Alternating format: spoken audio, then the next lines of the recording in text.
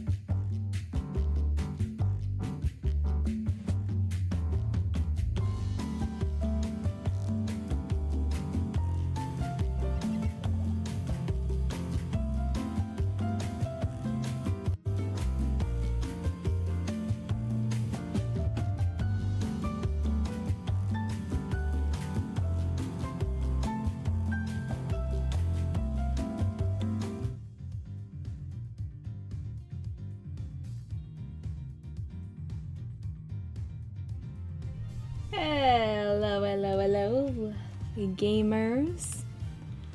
We're back. Ace Attorney Investigations Collection. And we're gonna hop immediately into it because I'm going to try to get through as much as this case as I can. Oh, hey! Oh my gosh, what's Fast Prinsco? I'll just call you Prinsco. Thank you for the follow. How you doing? Welcome on in. Welcome, welcome. Hope you're doing good. We're gonna hop immediately into it.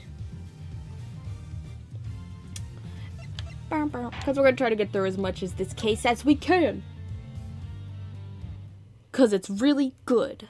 I'm really liking this case. I have no idea who the killer is gonna end up being. This is one of the few times I'm stumped. I have no idea. This could be anyone. That's right. I always do this to myself. Leave myself off right on a testimony. Perhaps you might begin by explaining what you believe my motive to have been. I never knew this knight. I had no contact with him. No connection whatsoever. Given that this is the case, why would I possibly wish him dead? Could it be you are suggesting that it was my canine companion who had the motive instead? Helmet only bares his fangs when I tell him to. The little bell, the little bell. Okay, then you told him to. Got him. I am not so bloodthirsty that I would kill a man I did not know. But we know he knew him because of the chess. We have the chess thing, right? Yeah. The chess diagram. I mean, when he puts it that way... An assassin who only kills his acquaintances. Not the soundest business model, I agree. My work required me to deal with strangers, of course, but murder for its own sake, that's not my style. But Miles, why would he kill his chess partner before they could finish the game? That's just silly. That's just silly. Now he'll never beat him. So I need to prove a link between Knight and Knies. Yeah, I got it already. Maybe I should go over the evidence again and see what I can discover. Okay. That's a hint to present it. That's a tip. That's a tip for anyone playing these games. When he says something like that, that means you have to present something.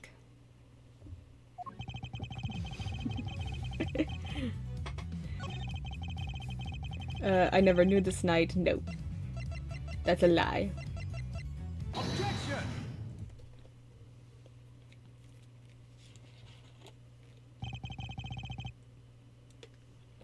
You're getting sloppy, Mr. Knies. You may have trained your dog to clean up your mess, but some things still require a human touch. We found this in the victim's room. It's the record of a game of correspondence chess. What's more, the game depicted matches the game laid out on your board. Boom! What? The number of possible games have been calculated to be 10 to the power of 120, and that's on the low end. Wait, so that's 10 times 10, 120 times over, right? 100, 1,000, K, it's okay. It's okay. I give up. I mean, what do you even call a number that big? A vanishingly unlikely coincidence, that's what. Now, tell us why you killed Knight. Unless, that is, you would prefer to explain the coincidence?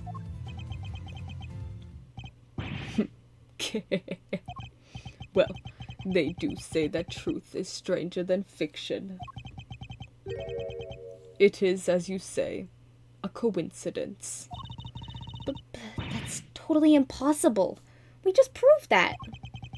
A coincidence of a different kind, child. I never imagined my correspondent was the victim, you see. And yet here we are. Helmet is as surprised as I am. Aren't you, Helmet? Yes, yes. Did the two have some sort of connection? Question mark?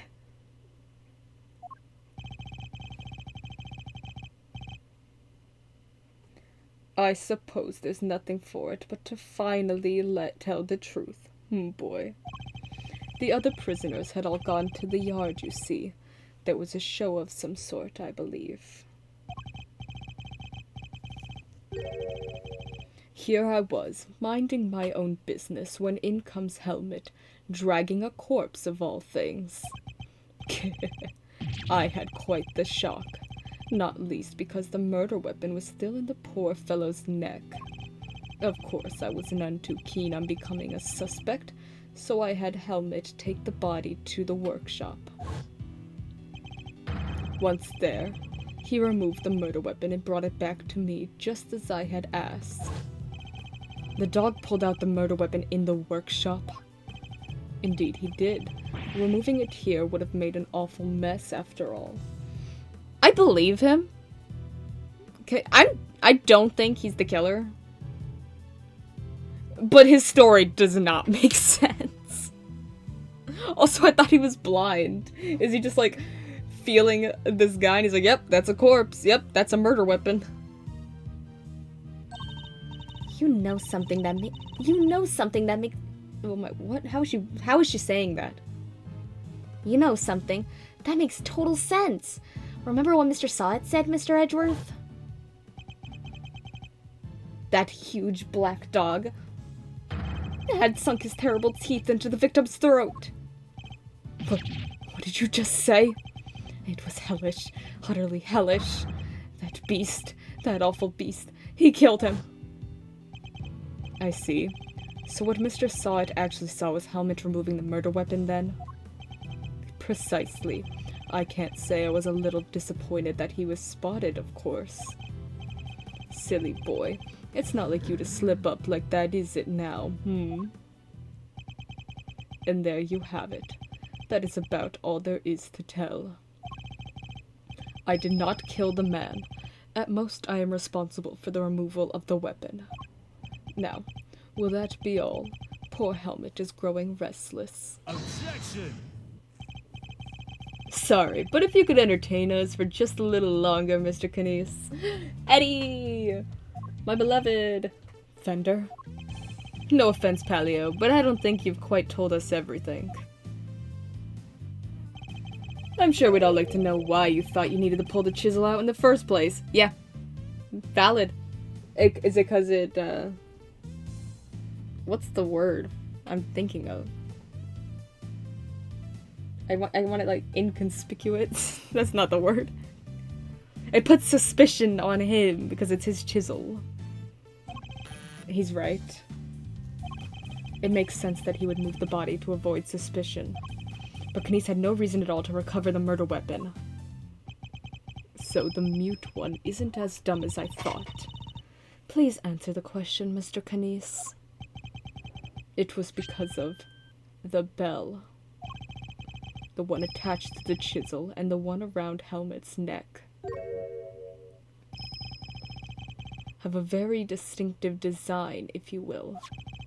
Of course, they were something of a trademark of yours, were they not? I don't get it. How does that even work? Bodhidharma Knies, the blind butcher. His appearance was always announced by the sound of bells. The last sound his victims would ever hear.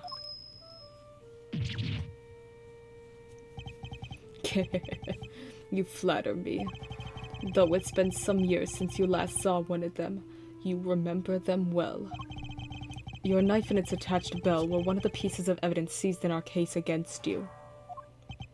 Yes, it was but one of my bells. One of only 2 in existence. Just 2? 2 and only 2. One for my knife, and one for my beloved helmet. Exquisitely crafted, utterly unique. Oh, interesting. So was the bell stolen from evidence? My ears are my guide after all, and I must be able to use my tools precisely. Of course, as you said, the knife has long since been taken from me.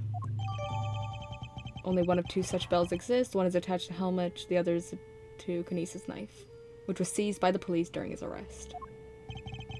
When Helmet brought the body to my cell, I was rather surprised to hear a familiar sound. At first I was sure that my knife had been used to do the deed. But no, a chisel. An ordinary chisel. So it's not his chisel. It's certainly no assassin's blade. Nonetheless, the bell would have suggested my involvement. That's fair, yeah. Compounding the matter is the fact that I am the only person in this prison permitted to use such tools. So it was a frame job? Is what we're getting at? He was being framed? It was clear that I would become the prime suspect. I believe him. I don't think he's the killer. I have no idea who the killer's gonna be, though. And so the chisel had to be removed and hidden. Hold it! You still claim that all you did was have the dog move the body? That you had nothing to do with the killing? How could I? I told you, the chisel is not mine. You need not take my word, Mr. Edgeworth. Why not have it checked for fingerprints? Eustace? Huh? Me? But I don't know how to check for prints. Get forensics. Right. Sure thing. Oh. Aw. We got him. Fingerprints. They're Mr. Knight's. And Mr. Kinesis? Oh, nope. Just Mr. Knight's. Oh, and forensics said that there's no sign of any prints having been wiped off. Only Knight's fingerprints. This isn't good. Should I get them to check again? Now, do you see? I have never so much as touched that chisel. Helmet carried it in his mouth. That is all. Therefore, any prints must belong to whoever had it last. So the murder weapon belonged to the victim? Ooh, that's not helpful. As I said, I have not touched the chisel. Therefore, I cannot be the killer. Or do you wish to suggest otherwise? I've got nothing to counter with. Well, what could this mean? Is he not the killer after all? Is he actually telling the truth? No, he can't be. I am sure this goes without saying, Mr. Edgeworth. But if you do not find a solution to your current predicament, and quickly, I will have little choice but to relieve you of your badge. Even my patience has a limit, and I will not tolerate you throwing this investigation into chaos. Am I clear? So, out of the people we got, who do we think is most likely to have been the killer? Probably Rocco. He did suddenly disappear and stuff, and it was his cell it was connected to. I don't think it's any of these people. Maybe it's Simeon. I doubt we'd be being this hard defending him if that was the case, but who knows? Yeah, so I'm gonna put my place on Rocco. Even my patience has a limit, and I will not tolerate you throwing this investigation into chaos. Am I clear? Unless there's a magical third person that shows up. You've done it now, sir. She's serious. I hate to admit it, but the fingerprints turns everything on its head. Without more evidence, I'm back to square one. Wait, something doesn't add up. A few things, actually. What would Mr. Knight have needed a chisel for? For the tunnel. I don't know. You could do a lot of things with a chisel child.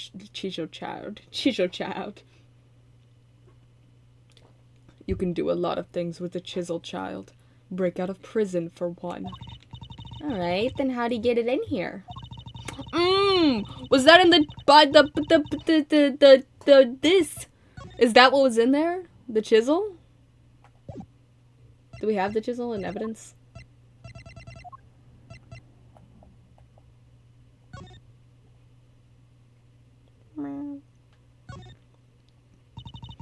This bell is the same as the one on Helmet's collar, right? Yes, the bell is something of a trademark for Mr. Canis. An assassin with a trademark? I think you want to stay anonymous. Isn't that true of great thieves, too? Ooh, he got her there. Oh, Mr. Edgeworth, you don't know anything about great thieving, do you? Great thieves are only great because they stand out from the crowd. And what's in it for a thief to stand out like that, other than to attract the police's attention? Wonder if it's metal and go off in the metal detector. There's no way the guards would let him bring a super sharp tool in with him, right, Mr. Edgeworth? Hey, Earth to Mr. Edgeworth. Did it even go? Wait, it wasn't it? Did it even go through the metal detector? I can't remember. It might not have. So I guess that wouldn't matter. You can't stand there hemming and hawing just because of a little setback. I wonder if Simeon brought him in the chisel to help him escape from prison. That's my theory. I wonder if he was, like, helping plot with him or something. The important thing is finding the truth, you know? It doesn't matter how we get there. As long as we save Simeon in the end, we can't give up now, or ever. Aw. Yeah, what she said. I'll second that. You want me around with that, Kay? I'm half tempted to offer you a job for real. It's like I said, the defense never rests. Or rather, like your pop said. What do you think lies at the heart of those words, Miles? Any guesses? The heart of those words? It's like this. As defense attorneys, our client's fate rests on our shoulders. I love this beautiful moment they're having. And Kanice, Gavel, and Eustace are just standing there staring at him. We're the only ones they can turn to. Simeon's our client, and we're the only ones who can save him. So we can't rest. Not while he's counting on us. I'm not about to turn my back on your old man's legacy. Are you? Ooh, that got serious. No. I'm an associate with the defense now. No. I'm an associate with my father's firm. That's the role I have chosen. And that means that if I fail to save my client, I have failed in my duties. I will honor my father's vision and save Simeon Saint. Yeah, let's go! Save Simeon! No matter what setbacks I face, I cannot admit defeat. If one path is blocked, I simply find another. Here we go. That's the Miles Edgeworth I know. Now let's find that new path forward. We can start by trying to figure out how Mr. Knight brought the chisel into the prison. I got you covered, Kay. I already did this. With my own brain. Right. How would Knight have managed to bring a chisel in here? Chessboard. Chess set. Secret compartment. Usually, it wouldn't be possible to bring a metal object into this facility undetected. Because of the security gates, right?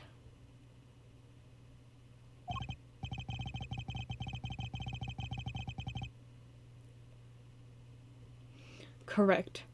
But we already know that checks at one of the gates... Blech. But we already know that checks at one of the gates haven't been entirely thorough of late.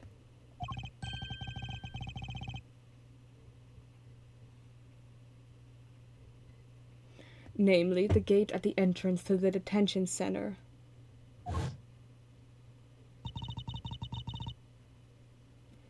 That gate is only used to scan people. Any items they bring into the facility are only subjected to a cursory check. Are you telling me that the chess set wasn't put through the metal detector? Yeah, that's right. It should have been. Alas, it seems the guards have grown a little lax in that regard of late.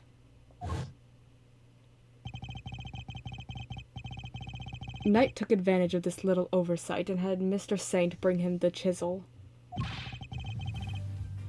Hidden inside the pocket chess set. That does answer one of our questions. And it suggests that the chisel was indeed Mr. Knight's and not Mr. Canice's.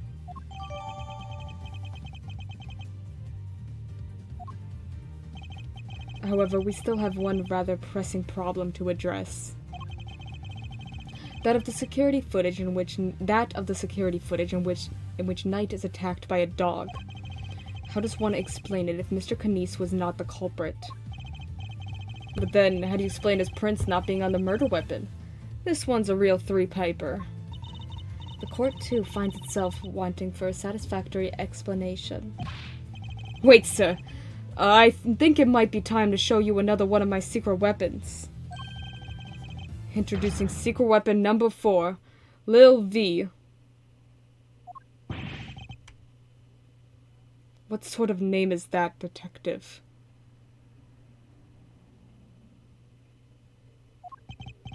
I came up with it myself, sir.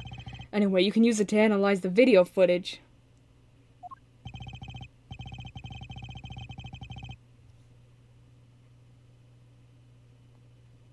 An excellent idea. Perhaps then you might finally see that I am telling the truth. Who knows if there's anything to be found, but it has to be worth a try. Alright, want me to talk you through how to use it, sir? Seeing as I'm not exactly familiar with video analysis techniques, perhaps I should hear him out. Yes! I think this is actually a new mechanic. For this game, anyway. If you could run me through its functions, detective, that would be most appreciated. Yes, sir! So basically, you just gotta do what you always do. Examine anything that catches your eye. And I can examine things with triangle. I see. Next up, see those controls at the bottom of the screen? The panels on the left and right let you rewind or fast forward. And you can use the middle one to pause. You're used to those, and you're golden, sir. It seems I can also press R1 to fast forward, or L1 to rewind the footage. And I can press X to pause. This mental translation I have to do. Like, oh god, what's on an Xbox controller? What's on my controller? When the video's paused, you can go to the previous frame with L1 or the next frame with R1. Or just use the same control panels I showed you earlier. Lastly, I better explain how to zoom in. Just line up the old cursor with the area you want to take a closer look at. Then use the panel in the bottom right and Lil V will do the rest. It's got those 2 expanding arrows right on it. Can't miss it, sir. It would appear I can zoom in by pressing square? I think square? No. Yes, square. 2. By the way, even when you're zoomed in, you can still examine stuff, just like in regular view. Also, you can make use of previous and next frames to get a good look at what's really happening. This is so much info that's being dumped on me. Oh my god. Only thing you can't do when you zoomed in is play the footage, so there's that. Okay, fair enough. I see, and how do I zoom out again? Just use the panel in the lower rights again, sir. See how it's gone from expanding to collapsing arrows on there? That's because you zoomed in. And that about sums it up. Now let's fire Lil V up for real. Remember, just examine anything that catches your eye and you'll do fine. The footage from Knight's holding cell. Other than the victim being attacked by that dog, I can't see what else it might show us. But suppose we're wrong. What could we be looking at instead? Could the person in the footage be someone other than Knight? And if so, could whatever's attacking them be something else too? I should keep both questions in mind while reviewing the footage. Oh, are we gonna find out it's not actually Knight in the footage? You never know what you're gonna see once you start looking at things up close. Check every detail, sir. You'll find something, I'm sure. Gotcha. What in this footage seems odd? Okay. Let's see, fast forward.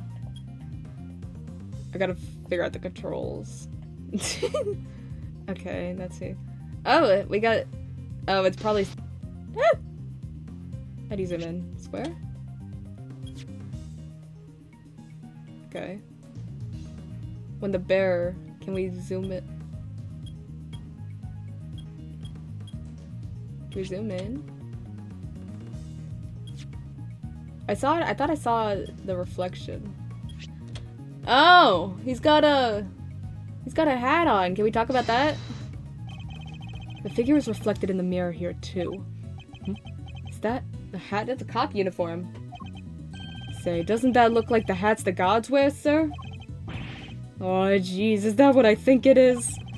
Have there been any reports of one of the animals attacking a guard recently? Not that I've heard of. So this may not be a guard at all, but somebody dressed as one. Yeah, we got it. Perhaps this might shed a little light on the matter of the hat. We know that a uniform was stolen. Take that! So no guards have reported being attacked by an animal as far as we know. But we did hear about a guard's spare uniform being stolen. Could the person in the security footage perhaps be someone disguised as a guard? Someone attempting to escape without being noticed? A guard disguise? I guess it might work. Wait, weren't we just talking about someone? We were indeed. Someone who seems to have successfully made his escape. If the person in the footage isn't Knight, then the creature may not be a dog either. You're right, sir. Let's zoom in and check.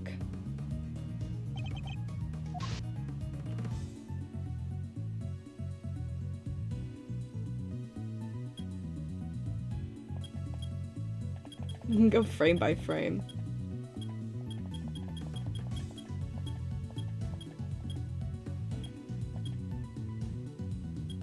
Oh. It's so fast.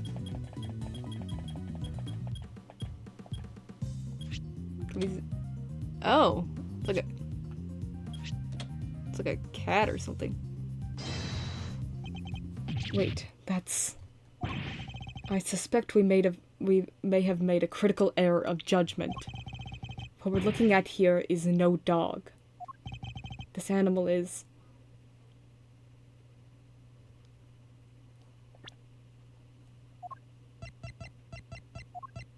If we're going with it being Rocco, it's a bear. But it does kind of look like a cat. That's not a dog, it's a bear. What? So the paw prints from the photo I took? We're not canine, but ursine. Oh. A bear? So could that mean... Yes, I think it could. After all, who else do we know with such a pet? I like the video thing. I hope that feature comes up more in the game, because I think that's fun. We'd assumed that it was Knight in the security footage. Well, it was his cell. It's hardly a crazy theory. Perhaps. But now that we know about the hole under the bed, it is no longer the only possibility. Whoever had access to the tunnel could very well be the one caught on camera. And who was that, Mr. Edgeworth? Would you care to tell the court who you believe this person to be? Was it the person we flashed to multiple times, perhaps? The person in security footage is Rocco. Rocco. I believe I know who our guard in disguise is. It is none other than Rocco Carcerado, the prisoner who recently escaped from this facility. I'm confident it's him because he was assigned a polar bear cub as his companion. But the bear in that video is all black. Indeed, and we have evidence that explains why.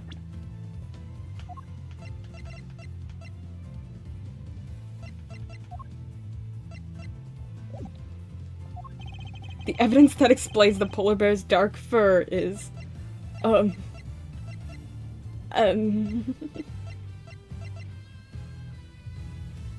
Mud pack?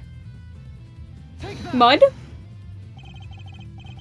Okay, it was. Recall, if you will, Mr. Frank Sod's testimony. I was wondering how that was going to come up again. That's the rubber glove I dropped. Would you care to explain why it's so dirty? Oh, of course. That's mud from one of the pet treatments I've been practicing. I was giving one of the animals a mud pack right when the incident happened. I see. Around what time would this have been? Let's see, the show had already started, so around 9 a.m. perhaps. The thing is, the more mud I applied, the more in the zone I got, and the darker the animal's fur became. And there's no trance quite like the trance one enters when one sloughs an animal with thick black mud. While the circus performance was underway, he was giving one of the animals a mud pack treatment. And that animal could have been... Indeed, our polar bear. Mr. Edgeworth, your latest assertion simply introduces yet another contradiction. The footage from the security camera... Oh. I fully understand, Your Honor, and your doubts are entirely justified. Mr. Sawat mentioned applying the mud pack while the circus performance was underway, and this does indeed introduce a new contradiction concerning the security footage. It does? Yes, let's put it this way. When would you expect the footage to have been recorded, Kay? If it was taken right after he applied the mud pack treatment, it should have been around 9 a.m. In which case, something isn't right about the footage. Really? What's that? What new contradiction does the security footage introduce relative to when it was recorded? 6 a.m. The time? Take that! Mr. Sawat says he administered the treatment at around 9 a.m., in which case the security footage should also show a time of around 9 a.m. However, the timestamp says 6:42 a.m. On the day of the murder, the prisoners all went out to the yard to watch the circus. All except 3. Mr. Canis, who remained in his cell in maximum security. Mr. Sawat, who was administering a mud pack treatment in the workshop. And Rocco Casarato, who had been awaiting that precise moment to put his escape plan into action. I believe he entrusted the bear to Mr. Sawat before entering the tunnel.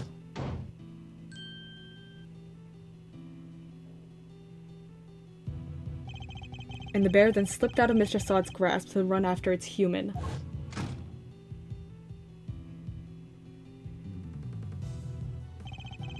Mr. Sawat would have then left the workshop to pursue the bear, at which point he saw Mr. Canis's dog retrieving the murder weapon from Mr. Knight's body.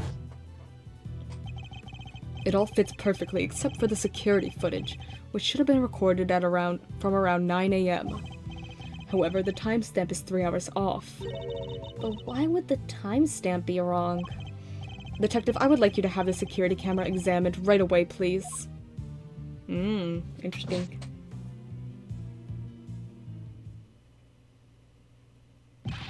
I'm back, sir. I just talked to the guards and...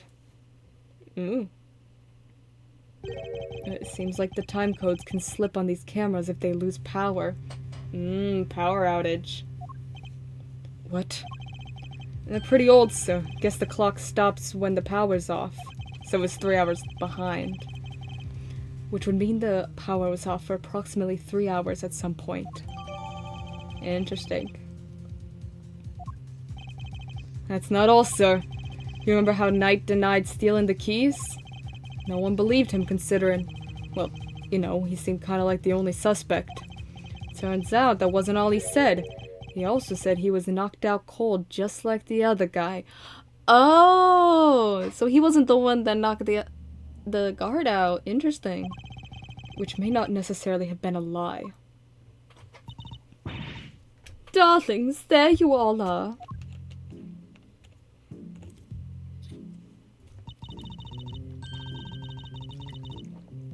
How goes the investigation? Is there anything I can do to help things along? Actually, there might be something we can do for you, Warden Lugard. The escapee, Mr. Carcerato. I believe he may still be on the premises. The thing is, though, that's bothering me about it being Rocco, is he doesn't have a motive that we know of. He didn't know this guy. And this definitely feels like a very motive-heavy case. Because there was a planning and framing. Which makes me kind of suspect just a little bit. Ever since I met her, I've been a little like, she's a little suspicious. So her and Rocco are like my number one suspects. The escapee, Mr. Carcerato. I believe he may still be on the premises. Because she's got motive to frame Oh my gosh. Kanice. He's disguised as a guard. Here's the proof, should you need it. We're reasonably certain that the person captured on this tape is our man. And if I am correct, he might even be right here in the room with us now. Oh, damn! The guards. Hey, Mr. Carcerado would have been wearing a bracelet, right? Yes, a bracelet that could easily be hidden under the sleeves of his stolen uniform. Furthermore, the doors out of the prison proper don't have those sensors that detect the bracelets installed. So if he avoided doors with sensors, he could simply wait for an opportunity to finally make his escape. Well, yes, I suppose he could. He'd just have to avoid the workshops and the cells and... Oh my. He's one of you, isn't he? He's here right now! Oh. Look, it's Teddy! Oh. I wonder which one it is. Hey, paws off! Get your mitts off of me, you big palooka! Thank you, Teddy. Very kind of you to confirm our suspicions. Dang it, kid, if it wasn't for you, I'd... What a thing it is to be loved, huh, Mr. Carcerado? I'm almost envious. Gods, apprehend this man. A moment, if you will. I have some questions for our would-be escapee. If we are to learn the truth, I will need to speak with him. With your permission, of course. I can hardly say no, can I? Well, come on then. Hit me with your best shot. Mr. Carcerado's escape route led directly into Knight's cell, so it's highly possible he has something to offer. Tell me what you were doing on the day Mr. Knight's body was discovered. Hey. Around the time of discovery. So it was you guys, huh? You're the ones who found my secret getaway tunnel. You know how long it took me to dig that friggin' thing? I had me a guard's uniform, a whole dug, and a plan in place, so I went for it on the day you found the guy. But then this little guy just had to come right after me. This sack of fur was covered in mud, too. Had to go back to our cell. Okay. I would have gone away with it if somebody hadn't offed Knight and brought you bums down here. You claim to have dug that tunnel just now. How exactly did you do it? How? Used everything I could get my hands on, see? Hammers, spoons, you name it. Spent every dime I had on this cockamamie fixer. And what do I got to show for it now, huh?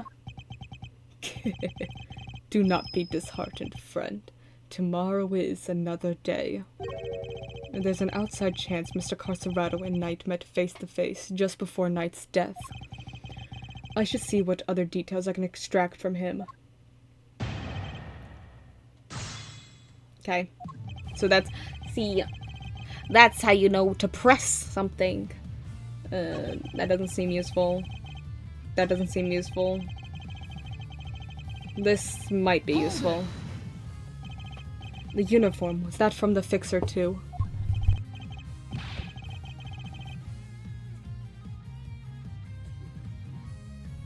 Uh-huh, sure was. Heard he had something on one of the guards. Had the guy swipe it from a pal's locker.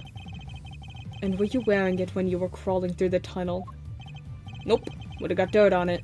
Had to hold on to it till I got to the holding cell. Once I got out of there and all dressed up, opening the cell door should have been a piece of cake. Here we go, I thinks. Freedom beckons. And then the furball here jumps up at me. Which would be the moment captured on camera. I see. I'd be grateful if you could add that to your testimony. Once I was out of that tunnel and all dressed up, opening the cell door should have been a piece of cake. So, did he have the key? Does he have the keys? Objection!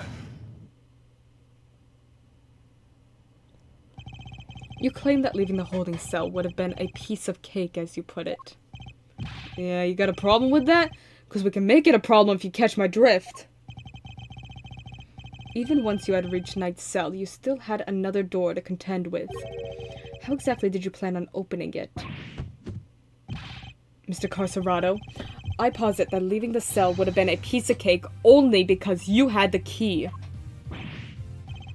I don't got no stinking key. Didn't need one. It was a piece of cake because the door was open. I walked right out of it. Liar. Objection! Liar, liar. Yes, I suppose Knight's cell was vacant by that point. There would have been no reason to lock it. And it was indeed unlocked when I went to examine it for myself. So perhaps when you'd finally succeeded today, it truly was unlocked because it was after the murder. But you had attempted to escape previously. Yeah, the security footage shows when you tried and failed because Teddy caught you. Which was during the circus performance, before the body was discovered. The holding cell was still locked at that time because no one knew that Knight had been killed yet. Therefore, you must have had the key to his cell on you. Without it, your escape would not have been possible. Are you saying? Could he really have? I believe he could, yes. The theft of the keys was, in fact, perpetrated by none other than Mr. Carcerado. He is the one who attacked the guard. But not just the guard. Knight, too. All to gain possession of the guard's keys. It wasn't me, you lousy bum. I didn't even know this Knight guy. Objection! After you stole the keys, you went back to your cell to avoid suspicion. And then you waited for the perfect moment to escape. A moment when the prison would be almost deserted. That's right. The moment of the show. Just before the discovery of the body. Unluckily for you, that particular attempt was thwarted by your furry friend. Says who, huh? You got proof, genius? This ain't your win yet. Nuh-uh. The Knight knocked the guard out for the count, and everybody knows it. Objection!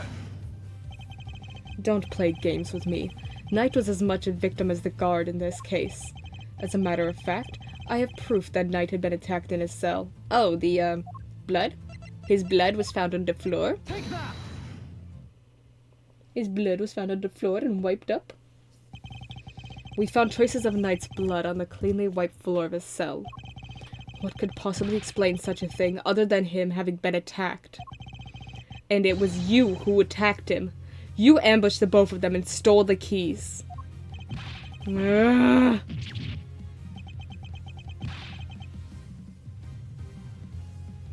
I oughta. What's with you, huh? That newspaper wiped that blood up good. Ain't no way you should have found it. There's this crazy thing. It's called luminol. Okay, but why did you think you had to wipe it up anyway? If they checked Knights in the god's hands, they would have seen those two never came to blows. But that blood give up the whole game. Ain't no way they don't figure there was a third man in the ring.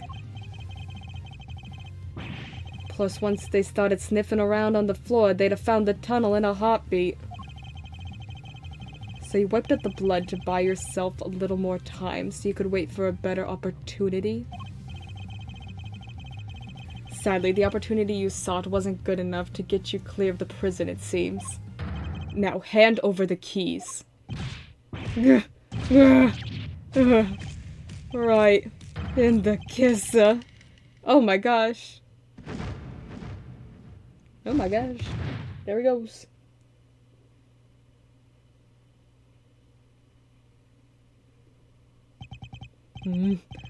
Held by a lousy, stinking bum. Fine. You want keys? Here. I hope you choke on them. Damn. I don't think he's happy, guys. Overruled. Wait a moment. If Mr. Carcerado here had the keys... Indeed, Your Honor. Your theory relies on Knight having used the keys he allegedly stole to escape his cell. That was the only way he would have been able to enter Mr. Saint's cage and be moved to the workshop. Unfortunately for you, we now know that that theory cannot possibly be true. No! Guess this changes things up a bit, yeah? Now the only person who could have moved Knight's body is the one person who knew about that tunnel. No, you gotta be freaking... Mr. Carcerado, you're under arrest. Come quietly now, pal. Hey, you got the wrong guy. I didn't do nothing. Alright, fine. I knocked those two chumps out and I stole the keys. It seems too early for it to be him, honestly. I'm still thinking about it. I am kind of really suspicious on Fifi. After that, I went right back to my cell and waited for my moment. Next time I went to Knight's cell, there was nobody around. And I mean nobody. Plus, his body was found in the workshop. You think I just magicked my way in there or something? That's fair. No, that's valid. Oh wait, no, that's not valid. The dog moved it. I couldn't even have gotten out of my cell. Indeed, you only had the key to Knight's cell. You couldn't have left your own cell back in the prison. But Mr. Knies's dog could. What? It was not you, but Helmet, who moved the body from your cell to the workshop. Yeah. Forgot we just learned that. I get it now. You're saying he wasn't the only con in this conspiracy. That's a good one. That's a good one. Indeed. One can easily imagine that Mr. Carcerado and Mr. Knies might have worked together. Mr. Carcerado could have killed Knight and dragged him back to his cell. So was it Mr. Carcerado? I guess we'll find out. And then Mr. Knies' dog took him from there to the workshop. And there are no restrictions on the animal's movements within the prison. Movements between the detention center and the prison proper, however, is tightly controlled. There's still no motive, though, so I don't know. There was only one possible route, and only you could have taken advantage of it, Mr. Carcerado. How can you be so sure, huh? Maybe there's more of them and you just don't know. Something tells me that digging even a single tunnel was arduous enough. You got that right. You try scraping more than one hole in the dirt with a spoon. Lucky for me, I didn't have to dig the whole way. Somebody already did a bunch of the work for me. Oh, interesting. What? You didn't dig the entire tunnel yourself? Nope. Found it when they put me in that cell. Oh. Went all the way from there to the well in the yard already. Oh. In the yard? In the yard, huh? Even looked down the well to check it from there. It was the same tunnel, alright. I just made good on what somebody else already started. Then what was the original tunnel for? Who knows? You're the one with all the answers, pal. Maybe somebody else tried to break out? Ooh, or maybe the animals dug it. Like to get water from the well or something. I've heard of more plausible scenarios than that in B-grade movies, Kay. That's an okay scenario to think. There's a lot of animals. Well, it's dry, kid. Ain't no water to be had down there. Though, come to think of it, the smell. Yeah, I always smell kinda nice down there. There's the sugar smell again. Nice? Gee, I don't know. It smelled sorta like dessert, I guess. A sweet scent. That sounds very familiar. Where did we come across a sweet scent before? With the body. Take that! Detective Gumshoe noticed a sweet smell when we were examining Knight's body. With the help of a police dog, we followed the scent of the body and traced its route back through the prison. And that, Mr. Carcerado, was how we found your tunnel. Could that same sweet scent be what you noticed coming from the well? Very clever, Mr. Edgeworth. You mean to suggest that this is evidence of the body having been moved through the tunnel? Oh, it was dropped down the well!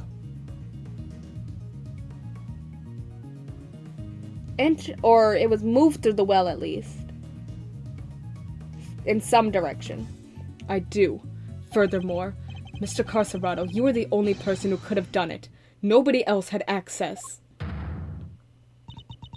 You have our thanks, Mr. Carcerado. Truly.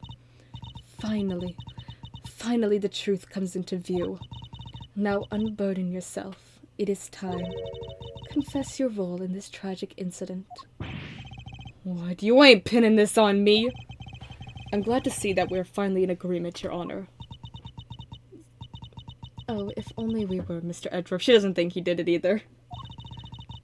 Mr. Carcerado may have been an accomplice, but not of Mr. Knies. No, he was working with Mr. Knight. Hold it! What do you mean? I do not believe that he moved Mr. Knight's body. Instead, I believe that he lent Mr. Knight the use of the keys he stole. Oh my god, no, he just said he knocked him out. This is a dumb line of reasoning. You gotta be kidding me. That makes no sense. Granted, it seems likely that he attacked Mr. Knight. You are not a prosecutor, not a defense attorney, not a detective. You are a judge. Why are you the one making up all the theories? Granted, it seems likely that he attacked Mr. Knight, but that doesn't necessarily mean that Mr. Knight was knocked unconscious as a result. And what if he wasn't? What if he and Mr. Carcerado had reached a certain agreement? What kind of agreement exactly? Mr. Knight was plotting an escape for which he required the means of leaving his cell. And here was that precise means, in the form of the keys Mr. Carcerado had just stolen from the guard. Mr. Carcerado himself would need to pass through Mr. Knight's cell in order to effect his own escape. Mr. Knight needed only to shout and alert the guards, and Mr. Carcerado's plan would be ruined. And so, the two struck a deal. Lady, the only striking I do with was my fists. Yeah, he's even denying it. My, still you deny it? So, we're agreeing that we still disagree? Mr. Knight had Mr. Carcerado unlock his cell so that when Mr. Saint arrived, he could escape into the cage. Mr. Saint was then able to move him into the prison proper, just as planned.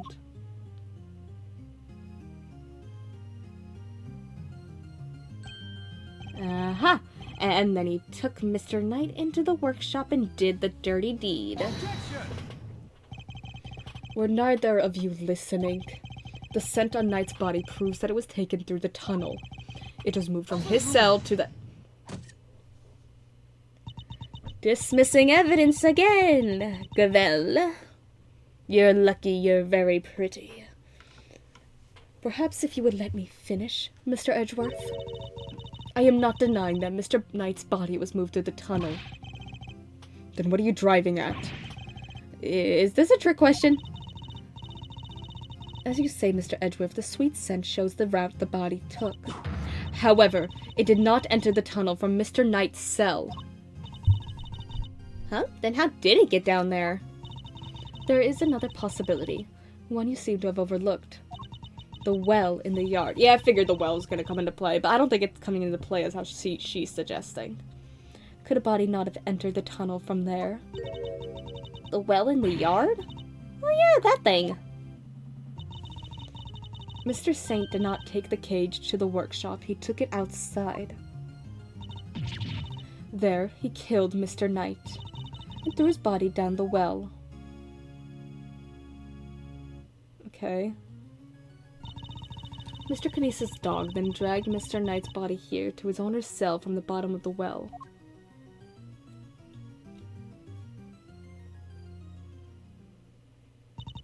On that note, I would ask you to recall something. What was happening in the yard at the approximate time of the body's discovery? The circus. The circus show, right? Regina and Simeon were performing for everyone. Wait, Simeon.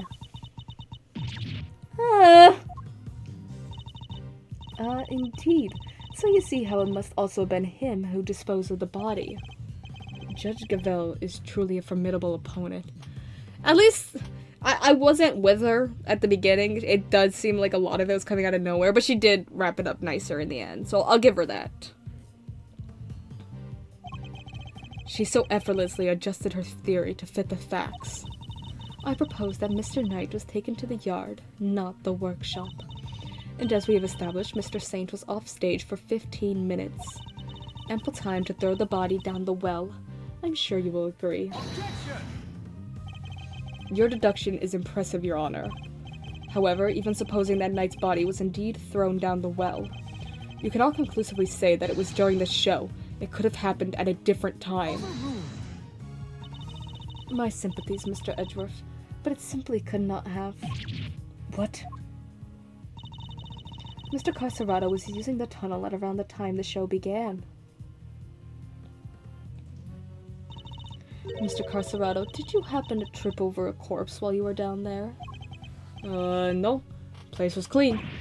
If the body had been at the bottom of the well before the show began, Mr. Carcerado would have seen it. However, he saw no such thing.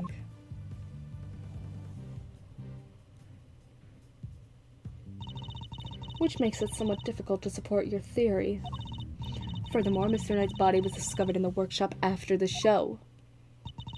In summary, the body must have been thrown down the well and moved to the workshop. Does it have signs of being, like, thrown? Like bruises and stuff?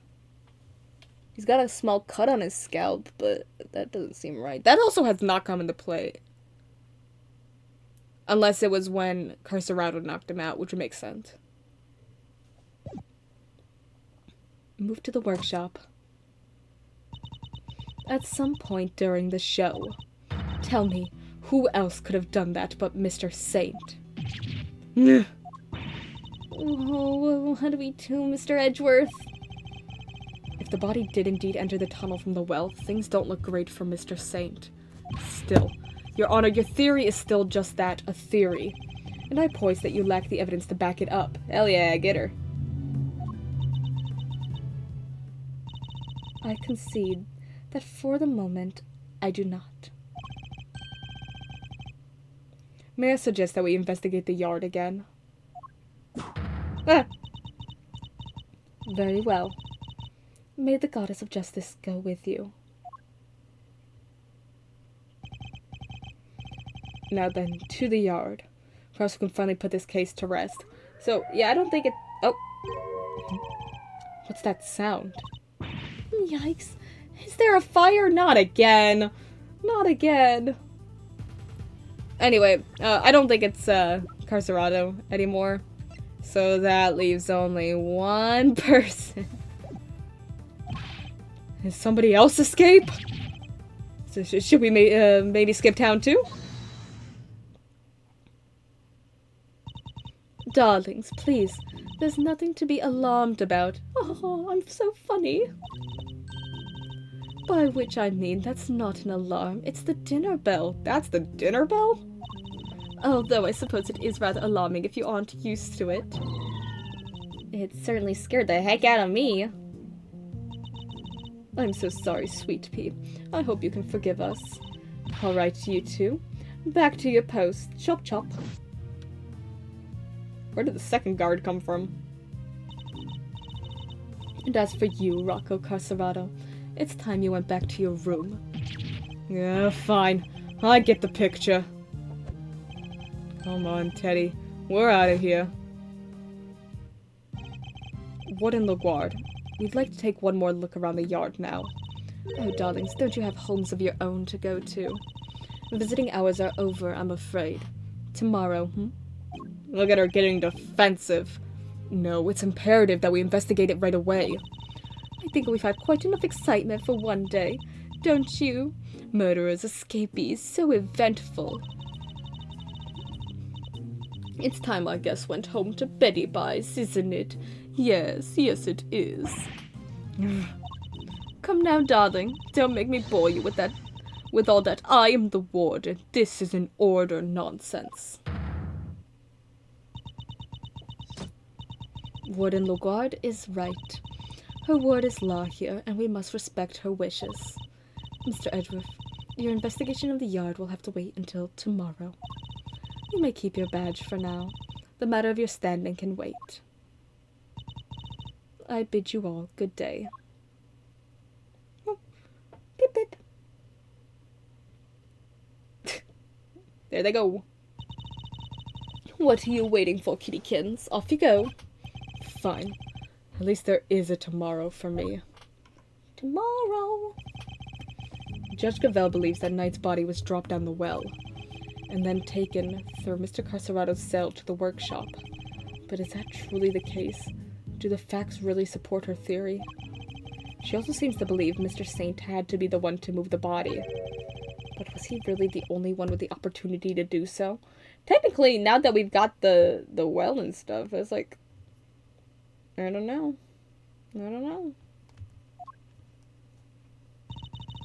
A lot more opportunities open up for some people. Come on, Mr. Edgeworth. Tomorrow's another day. We'll figure out a way to save Simeon. I know we will. Yes, we will.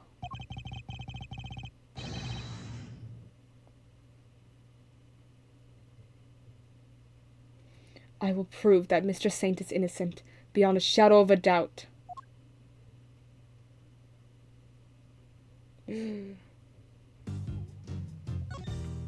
Oh man, oh man. Crime scene recreation.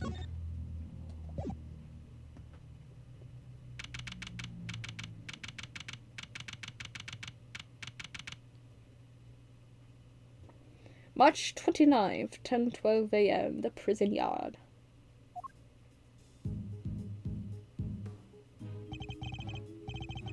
Here we are again. Let's hope we can find something this time that'll finally reveal the truth behind it all. Although that might be easier said than done. There's nothing left to investigate. Judge Gavel's deduction yesterday. There is another possibility, one you seem to have overlooked. The well in the yard. Could a body not have entered the tunnel from there? In summary, the body must have been thrown down the well and moved to the workshop. At some point during the show. Tell me, who else could have done that but Mr. Saint? Had Knight's body really been thrown down the well? The answer to that question will surely show us the way forward. Alright, let's throw Gumshoe down the well to see how a body handles the fall. But before we begin, I should tidy up my organizer a little. Awesome. We don't have the dog anymore. Sad day.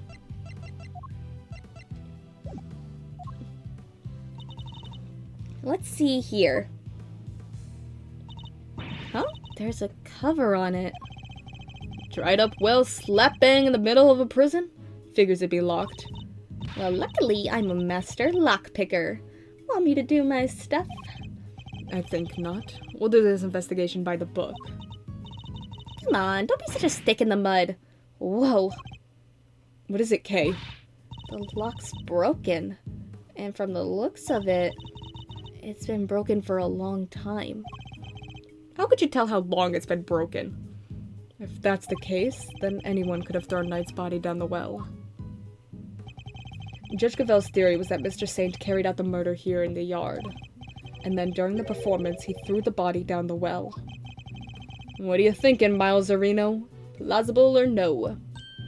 Oh, why don't we see if Missile can help us out again? He'll be able to tell us if Mr. Knight's body was here and which way it went. Good idea. I'll call Detective Gumshoe.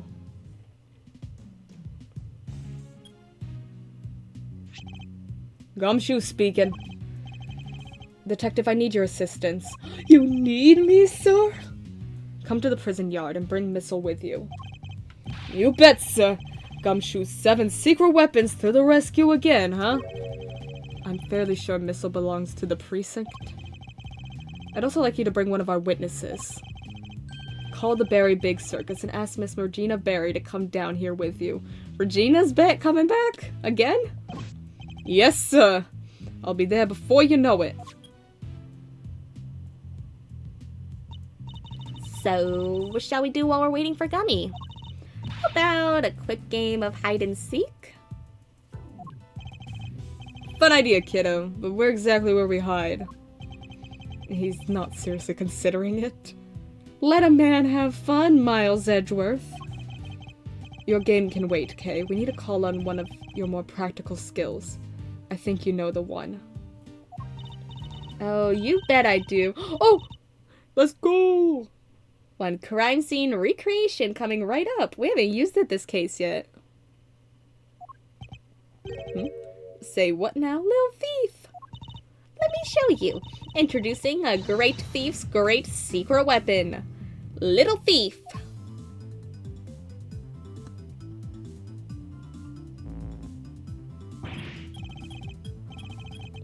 Whoa! Screens appearing from thin air? This is some next level tech, little sis. Want to talk me through the deets? What are you doing now? I'm inputting everything we need for the simulation. Allow me to explain. This is Mr. Thief. What's up with Miles and never getting anything's name right? It's a device that can recreate crime scenes at specific moments based on the data you feed it. How about I start us off with a recreation of what the yard looked like yesterday? Good idea. That was when they were in the middle of tearing down the stage. We didn't pay much attention to the well then. Who knows, we may have overlooked something. Leave it to me. I'll use the photo I took. Beepity beep boop beep. That's all the data. Just gotta pump the projection power to max, and...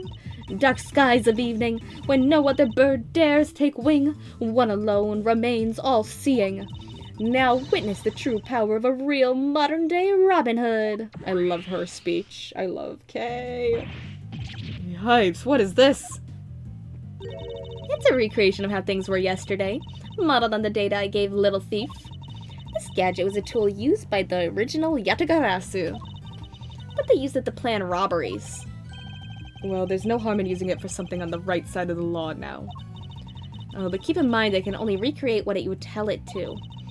It can't simulate things it doesn't have data for, and if the data itself contains mistakes, then you'll wind up with those same mistakes in the recreation too. But this particular recreation is based on Kay's photo, so we shouldn't run into any problems. That's enough preamble. Shall we get started? Let's go! Okay. Don't forget, you can examine stuff in the recreation, just like in real life. You can also present evidence to try to clear up any inconsistencies you find. Of course. Thank you for the reminder. Let's take a look at that well. Okay.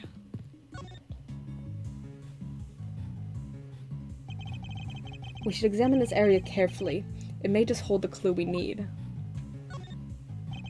The well was behind the stage, which means not many people could have thrown Knight's body down it during the show. This is looking worse and worse for Mr. Saint. There's a drain there. Unimportant, I guess. It's a metal weight of some kind. It looks like it weighs... What, Edgeworth? How much do you think it weighs? Maybe 30 pounds? Projection makes it a little tricky to read. Remember how heavy it was, Kay? Sure, it was 30 pounds. A single 30-pound metal weight was found by the well. Okay. What does anyone need such a heavy weight for, anyway? It doesn't seem related to the circus show at any rate. That's a sturdy-looking hemp rope lying on the ground. Kinda reminds me of the ropes we used for playing tug-of-war in school. The answer is no, Kay. Somebody just play a game with her. What? I didn't even say anything. Yet. I see it also has a metal stake attached to one end. Yeah, it looks like something you'd use to put up a tent. But there was no tent, was there? In which case, what was it used for? Guess nothing important. What are a bunch of pulleys doing here? They don't seem to be well pulleys for lifting buckets. So, what do you think all the stuff around the well was used for? Don't know, Kay. Don't know. I can't see any of the animals needing them for their part of the performance. Indeed, nothing immediately strikes me as a likely purpose. We'll have to ask Miss Barry later. Okay. These chairs must have been for the audience. Wow, I pity whoever had to put them all away. Really? Why? Ha! You've clearly never had to fold up a bunch of boring chairs before, huh? Not personally. I've told other people to do it, though. Oh, Edgeworth. Come on, Mr. Edgeworth, you gotta roll up your sleeves and help out once in a while. I'll consider it.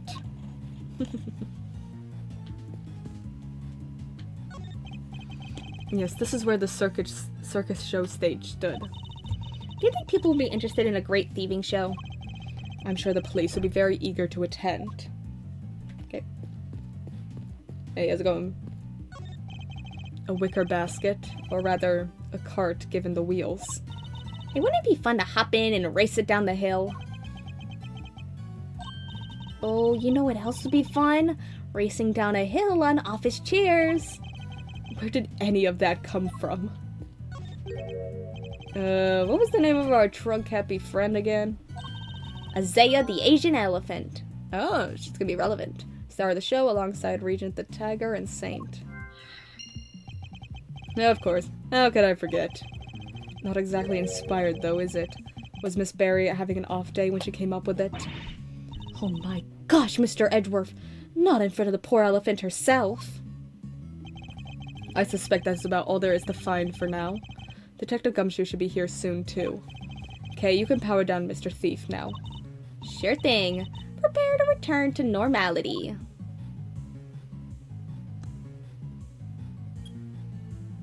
It's broken, Edgeworth. We're stuck.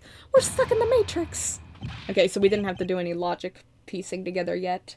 Sorry, sir. I came as quick as I could. Ha, speak of the devil. The devil's here? Oh, detective, that was indeed impressively quick. You know me, sir. Never did like to keep you waiting. Thanks for coming all this way too, Regina. No problem. This seemed way more fun than rehearsals, so I ditched them for the day. It's very much appreciated. Alright, detective, let's get started with Missile. Why is Missile so angry? Yes, sir. Hey, Missile. Over here, boy. He's so angry. What's the matter? Come on, boy, come on. What's wrong with him? It looks like he's scared of something, sir. Oh, the alligator. Forgot about the alligator. Alligator. Guess he's not a fan, sir. Well, I doubt he'll be of much help to us like this. Any other bright ideas, Mouserino? Yes, actually. Miss Barry, would you mind lending us a hand? Oh, I'd love to. Just tell me what you need. Do you want me to teach Allie some tricks? I don't doubt she could do it, but nothing quite like that. It's simply like an account of what the yard looked like during the show. I like where this is going. You're thinking of using Little Thief again, am I right? If you'd be so kind. Let's go! Okay, I've plugged in all the data, firing up the simulation. Pew! Oh! Oh, look at Simeon's costume! Oh! Here you go. This is what the yard was like during the show. What's up with the well? The time at which the body was purported to have been thrown down the well. Oh, wow! This is so amazing! It's like magic! And no magic here, just sweet, sweet data. Which is why... The area behind the stage is missing. Yeah, Regina said she wasn't involved in getting the stage set up, so we don't have any data on what it was like back there. No data, no simulation, huh? Brutal. I'm so sorry, you guys. It's all because I let Simeon do everything by himself. No. It's all my frilly associate's fault. Objection, Fender. Anyway, we got a fresh simulation now, but we still have the other data too. I can switch back whenever you want to the recreation of them taking down the stage. So we can examine the scene both during and after the show, and switch between the two at will. I can switch between recreations by using triangle to talk with K. Now then, let's continue our investigation, shall we?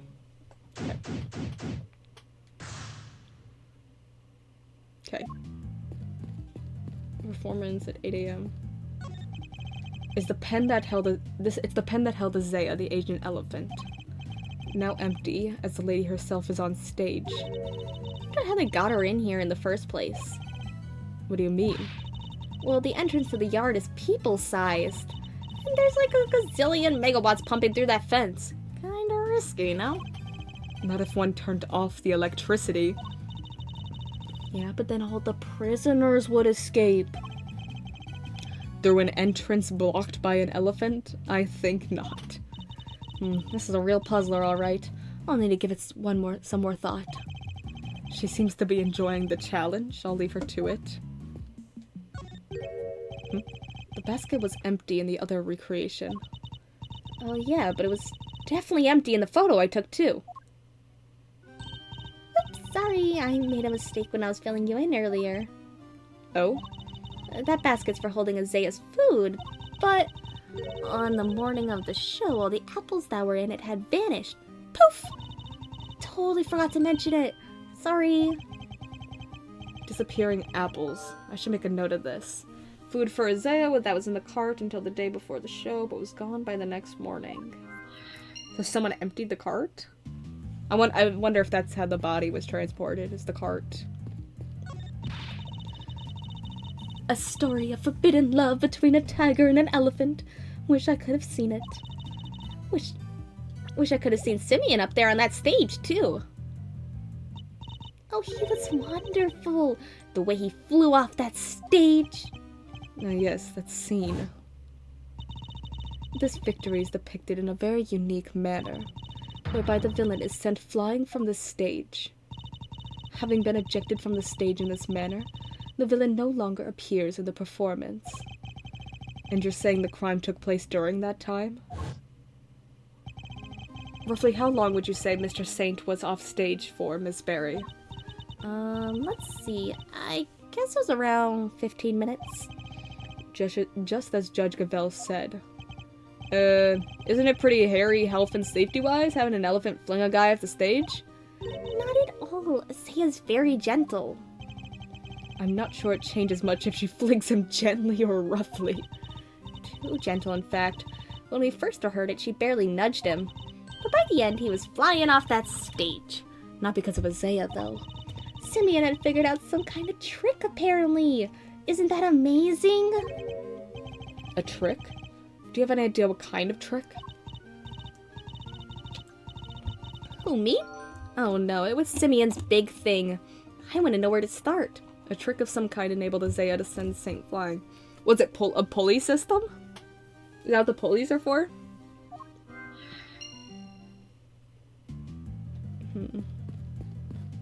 Okay.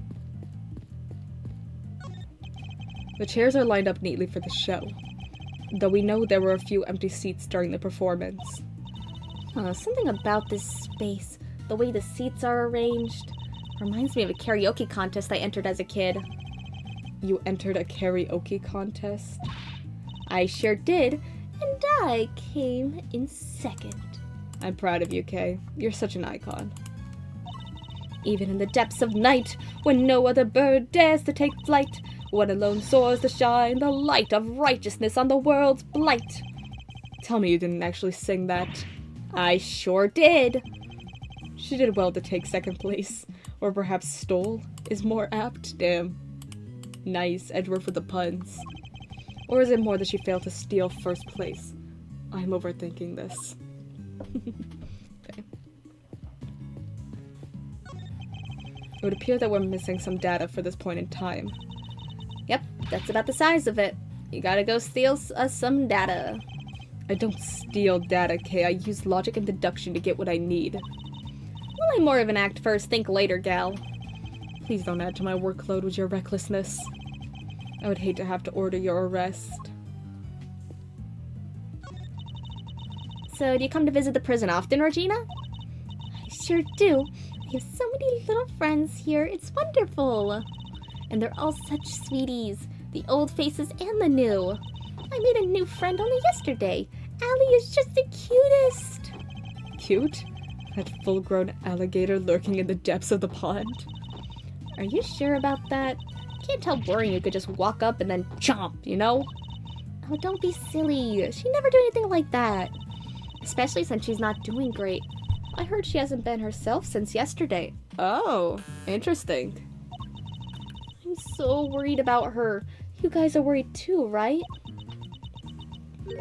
Right? Yeah, totally. Super worried. Right, Mr. Edgeworth? Yes, super. Don't rope me into this. That's interesting.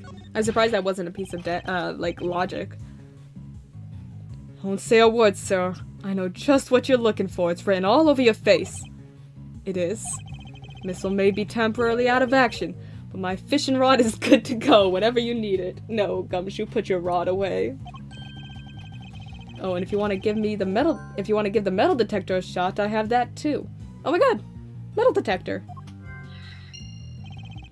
I've never seen him so excited. I'll be sure to let you know if I need either of them, Detective. How about you, Missile? You got anything? Aw. It's as bad as it looks, sir. Poor little guy's scared out of his skin. I'd hoped to have him track that scent again, but that clearly isn't in the cards now. Aw.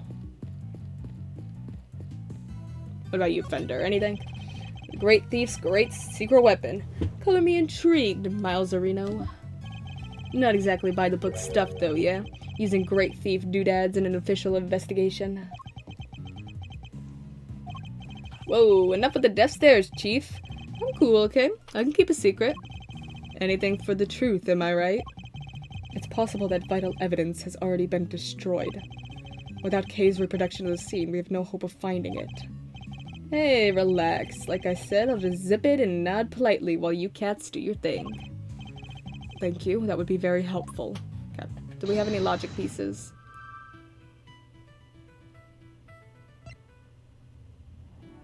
Maybe this? Okay. I thought so. The trick Mr. Saint performed for his big scene. Could it have something to do with all the items we found by the well? Okay, I'd like to have another look at the equipment around the well from yesterday. Can you have Mr. Thief bring up the recreation from when they were tearing down the stage? You got it!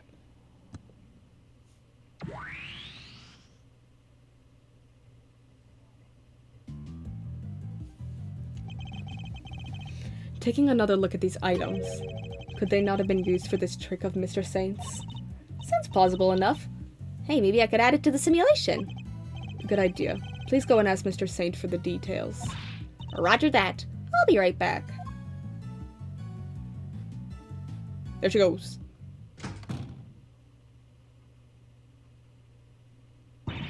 I'm back! And he told me exactly how he did it. Really? He just spilled? It took us like an entire court case to figure out Max's in Turnabout Big Top. I don't even think he told us. I think we had to figure it out ourselves.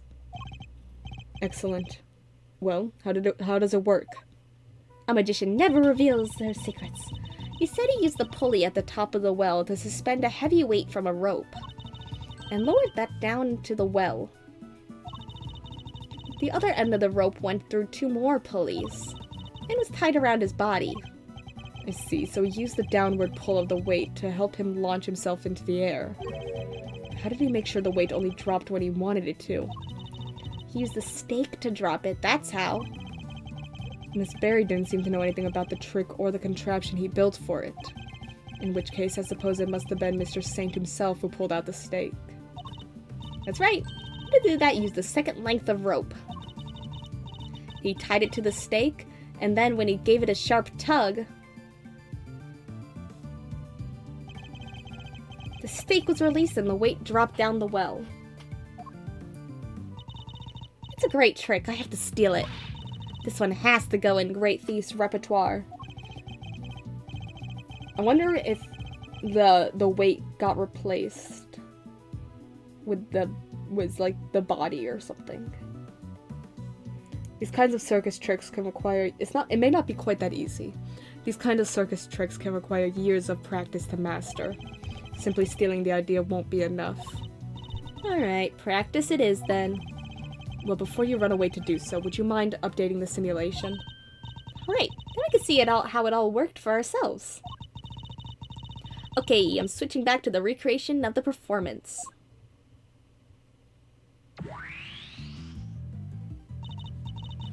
And now to add in the data. Little Thief should be able to reproduce the trick now.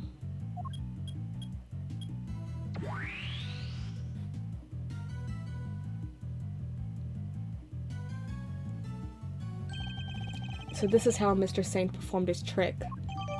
A contraption that used the well, a very heavy weight, 3 pulleys, and 2 lengths of rope to send Saint flying during the show. Simeon's full of surprises, huh? I mean, dropping a weight down a well... The weight's not there, though. Dropping a weight down a well to help him fly off the stage like that? That's genius. Indeed, but I imagine he would have needed quite a lot of weight. More than him, at the very least. It would have taken some serious pull to lift him into the air like that. Yeah, and probably a ton of practice.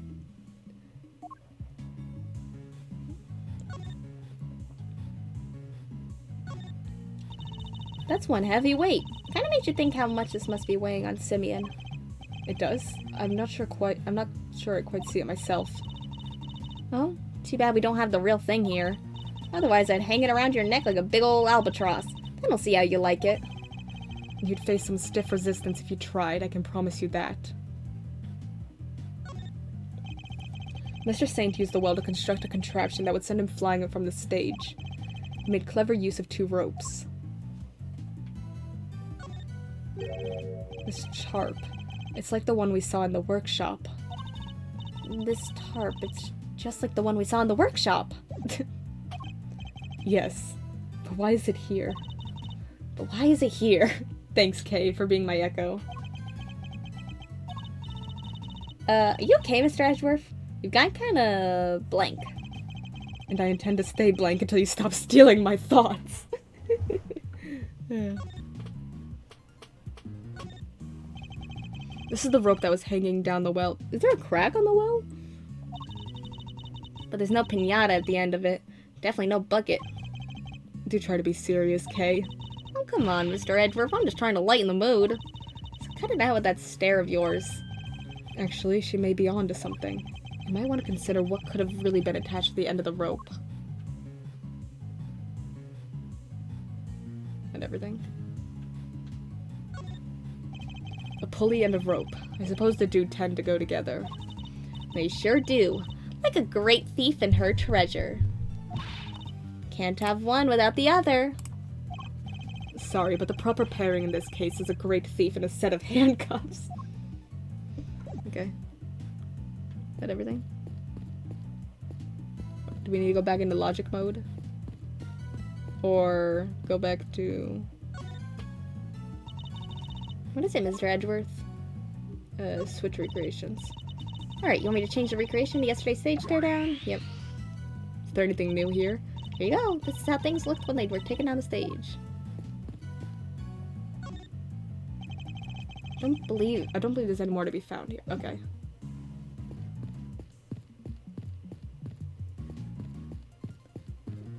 And we might just need to go back to the logic. Okay. Okay. Yeah. Wait, doesn't this seem odd to you? No?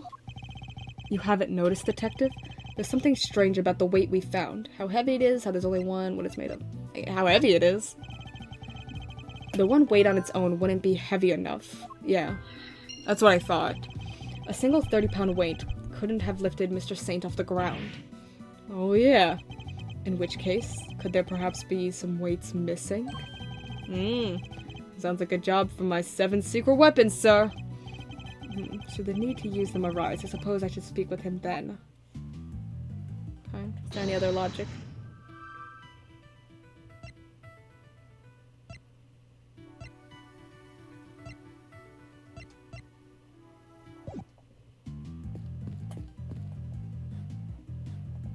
Nope.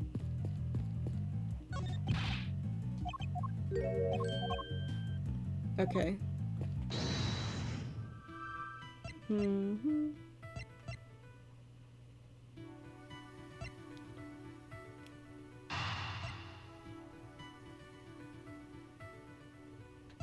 I don't know if this is gonna actually do anything, but we'll test.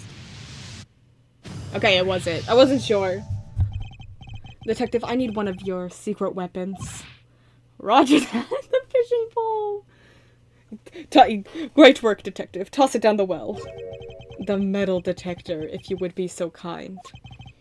Aw, jeez. I'm never gonna get to use my fishing rod.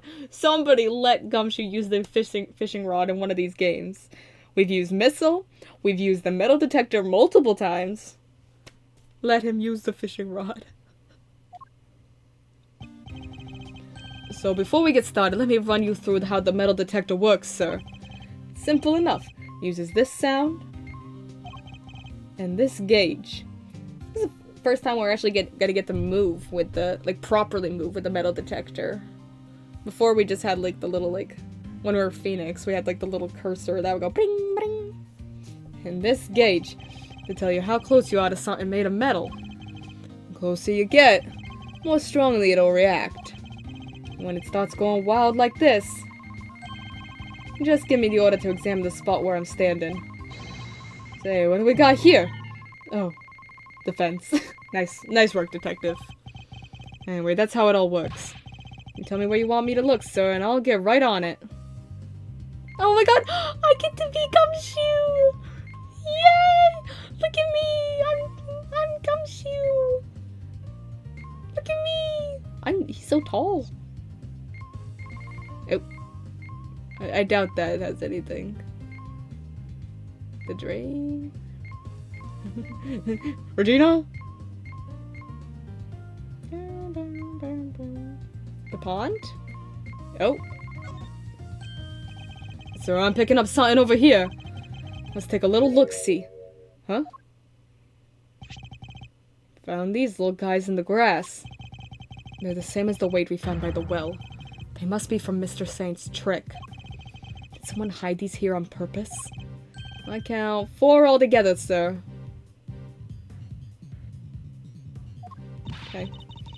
They would be more than heavy enough to send him flying. So somebody hid several of the same weights as the one by the well. But why? Why are they over here? Yes, nice work, me! Oh. Alligator! That thing nearly gave me a heart attack. Oh. There's metal in the alligator? What's the matter? Oh, is Regina gonna have to fish it out for us? What's the matter, detective? It's the metal detector, sir. It's a reactant to the alligator. She's not real! What? How? You're sure it's not responding to the weights we just found? No, sir. I'm sure this is something different, and I'm sure it's coming from the alligator. And she's gone. Ha! We scared that big snapper good. I don't think that's it, Kay. Huh? Then what is it? Allie hasn't been herself lately. And that's the name. Allie, the warden's favorite pet. She wouldn't even look at the food Warden LaGuard brought her yesterday. She was acting as if, well, I don't know, as if maybe she'd eaten something that didn't agree with her.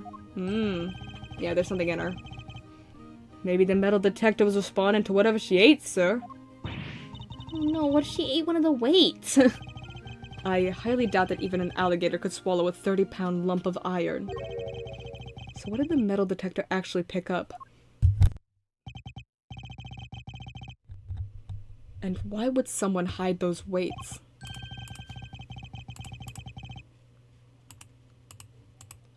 Perhaps I missed something when I looked at the equipment by the well. Kay, could you recreate the scene again? Coming right up. Bing bong. Beep beep beep.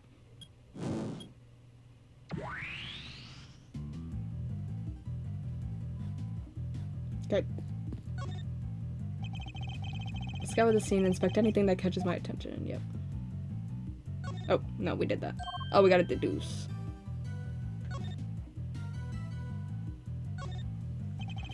Looks like this was designed for raising and lowering a bucket. No sign of the bucket, though.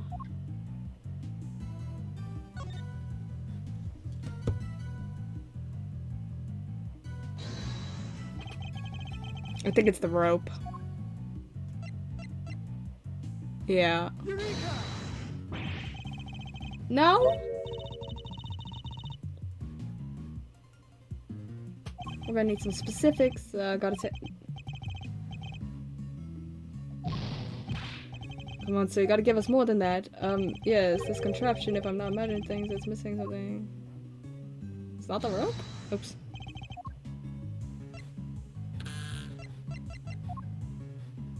Oh, do we have to... Because it's 2 lengths of rope. Yeah. I knew that. I knew it's 2 lengths of rope and one's missing. But I thought we could just present the rope. Think about the 2 recreations. The one during the performance and the one we're looking at right now. There's a major difference between the 2. Namely, that one of the ropes is missing. Oh yeah! Mr. Saint's trick wouldn't work with only the items we see before us. So what happened? Where did the missing rope go? I think one of the pieces of evidence we've collected might tell us exactly that. Really? What shows us where the missing rope went? Oh. Take that! Now we present that, okay. This rope was found beside Knight's body. Wait, you mean... Yes, it must have been the other rope used in Mr. Saint's trick. So you're saying... Yes, that this rope did indeed have a weight attached to it. But it wasn't any of the iron weights we found. Those were hidden in the bushes and replaced with something else. The body, right? What was it, Mr. Edgeworth? Come on, I'm dying here. I called it. Genius investigator me. Think about what the rope we found in the workshop was related to. Do that and you'll soon figure out the answer. The weight dropped down the well in place of the iron weights was... Boom. The body. It can only have been Knight's body that was dropped down the well. What? Oh, and the tarp. Was the body wrapped up in it? Mr. Knight's body was the weight? Yes, somebody first swapped out the weights used for Mr. Saint's trick. Then Mr. Saint used the contraption to make his exit from the stage. Then he let the rope around his body loose. Both the rope and Knight's body fell to the bottom of the well. That rope was never used to restrain Knight. It was used to suspend his body halfway down the well. From this, we can easily see why most of the weights were hidden. So that no one would realize they'd been replaced with the body. Precisely. We can further deduce that they were hidden by the killer. Whoa there, gang. Wasn't poor old Bronco stabbed in the neck? Wouldn't there be blood everywhere, including down the well? Oh, the killer thought of that, which is why they used this. What did the killer use to stop Knight's blood from going everywhere? Oh, the tarp? Do we have that? Yes. Take that! How did I miss that? It's on the first page. It's also the first time we're using the tarp. No, I think it's the second time we're using the tarp. Second time we're using the tarp. This tarp was found with the body. I think it's likely that Knight's corpse was wrapped in it. Ooh, another piece of the puzzle falls into place. It's all coming together now. Love it. But all we're doing is proving that the body did go down the well. Which means we're helping to prove that Simeon was the killer. No, Kay, it means we're finding out the truth of what really happened. No, not quite. But what about what Judge Gavelle said yesterday? But if Mr. Saint truly is the killer, why would he need to go to such lengths to commit his own crime? That's true. Knight's body fell down the well when Mr. Saint used his contraption during the show. Therefore, it reveals nothing about where the real killer actually was or what they were doing at that time. It's only designed to throw suspicion onto those who were not at the show.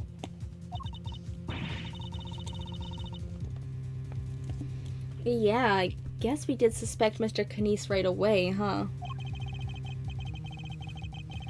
That was the killer's goal, to make us think that the crime took place during the show.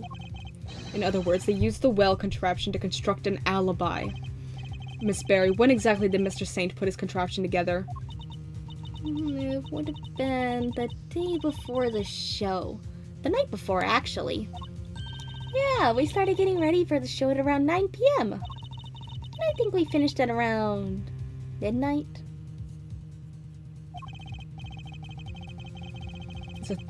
That's a 3-hour... That's 3 hours, by the way. 3 hours is coming up again. The body was left dangling inside the well the night before the incident. Did Knies know about this contraption? Even if he did, he wouldn't have been able to do much with it. I highly doubt that he taught his dog to suspend bodies halfway down wells. Which means Knies isn't the killer. I thought we already established he probably wasn't the killer. Okay. Did we connect the last two logic? Oh, there's 3 logic. These two? I don't know if they go together. I guess they technically... Yeah, I was gonna say they technically should go together. The apples in the basket were likely eaten by Isaiah. Really? That's strange. I made sure to put the cart where her trunk couldn't reach them. The cart moved. Are you sure about that? Oh yes, I was still full of apples the night before the show. It was still full of apples. Not I was full of apples. Then we must consider the possibility that the cart was moved to somewhere within Isaiah's reach. A large basket full of apples couldn't have been moved by the wind, which likely means somebody moved it for a reason. Okay. So before the show had even started, the cart had been moved and its apples eaten. Yes, that seems to be the most probable timeline. Let's update the recreation K. Will do. I'll add that into the simulation of the performance then. Okay. Let me just change back to that recreation first. Updating based on what Regina told us now.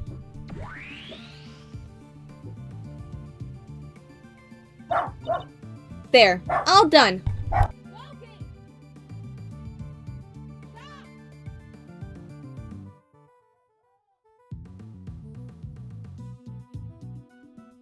There, all done. Okay. Little wonder it smelled of animals. It was being used for the elephant. To hold Isaiah's apples, right?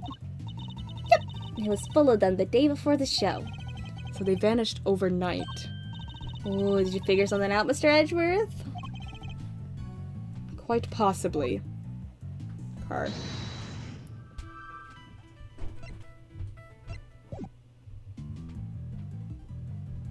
Can we connect those?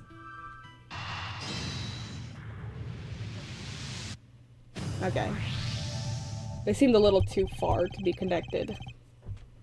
The basket was moved the night before the circus performance. And we've deduced that the weights were switched out for the body at around the same time. Hard to chalk that up to coincidence, huh? Then the next question we should be asking is, why was the cart moved? I think I can hazard a guess. This cart would have been blocking that door. Which can only mean that somebody needed to open it. Oh, I just noticed that was the power room. So somebody shut the power off for 3 hours? Now, let's see what's... Oh, great. It's locked. Let me ask a guard for help. Hey, Mr. Guard! Yes, miss? What can I do for you? That was fast. Guard, where's the key for this door? Oh, the warden keeps hold of that. I'll go ask her for it. Warden LaGuard is the only one with a key? Meaning if somebody did open the door, they would have had to get it from her somehow. Thanks for the help. That's suspicious. Oh, this is all they wanted to draw for this scene. Look at all these breakers. They must control the electricity for the whole prison. So we're thinking somebody got in here the night before the show, right? But why? What were they trying to do? Shut the power off. Well, I doubt they came here by mistake thinking it was a break room. They must have come to tamper with the switches. Did they turn off the power to something? Come to think of it, wasn't there something that lost power? What might have lost power had a breaker been flipped? The security camera. Take that! We know that. Oh, did she shut the power off to do the murder? There was a 3-hour gap in the security camera footage. Yeah, there was. So somebody flipped the breaker it was connected to? It seems very likely. Do you think it was the killer? It's true that shutting off the cameras would have made things easier for them. It would. which means the killer would have to be someone who had access to the breakers. And it seems only one person has the key. Could it be? Could it? Ooh. Alright, little thief, your work here is done. Bye-bye, little thief. Yay! Yay! My energy!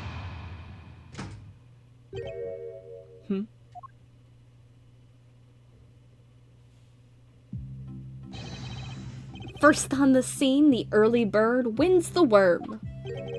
Good morning, Mr. Winner. Ah, you! How'd you get here before me?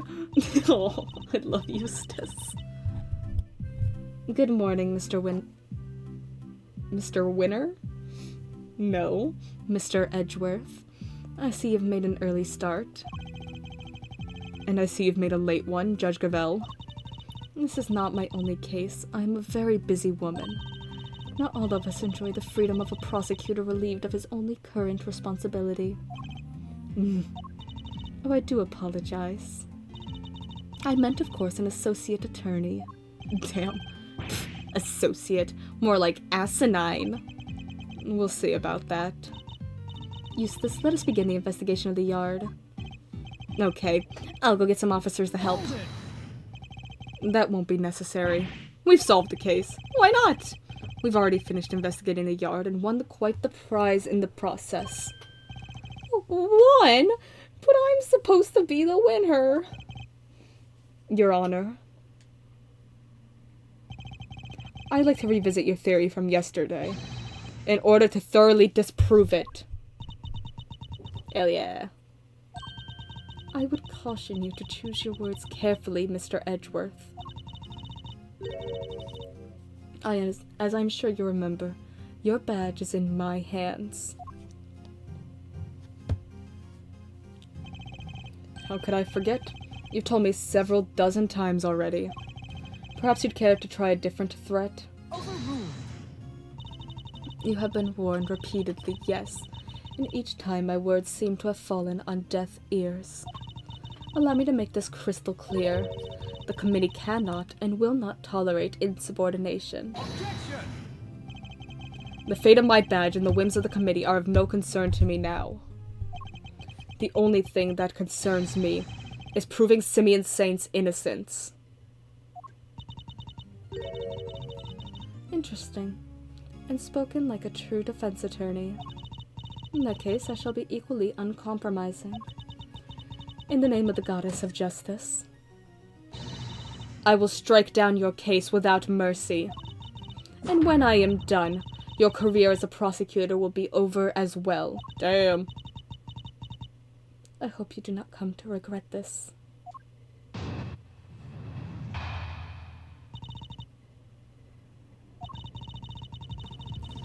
My theory remains the same as when I related it to you yesterday. Mr. Carcerado did not see Mr. Knight's body when he passed through the tunnel. As such, the body could have only been dropped down the well during the show. We both know the only one who could have dropped the body down there during the show is Mr. Saint. That's still your assertion. And you can prove it, of course. Of course you can. Who do you think you're up against? What Eustace means to say is that we've received the final autopsy report just ahead of our arrival. She really is a very busy woman. Busy looking after baby Winner. Baby Winner, no! The victim appears to have died the night before the body was discovered. In other words, the night before the show. The cause of death is as stated. It seems the wound is 4 inches deep. Okay. Simeon Saint was off stage for a period of 15 minutes. That was plenty of time for him to throw the victim's body down the well. Judge Gavel hasn't investigated the yard yet, which means... I fear there may be something of a flaw with your theory, Your Honor. You seem very confident of that. But do you have any evidence to prove it? Oh, you bet I do! Yes, I think I just might. See the little clues the game gives you? To know when to present evidence and know when to press. Yeah. Passed through the tunnel, remains the same as yesterday. Body could only have been dropped down the well during the show. We both know the only one who could have dropped the body down there during the show is Mr. Saint.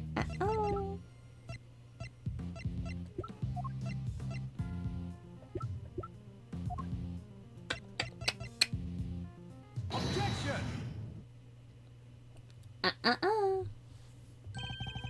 Sorry, Your Honor, but there's something else you're going to have to take into account. So, I'm just now realizing. He died the night before.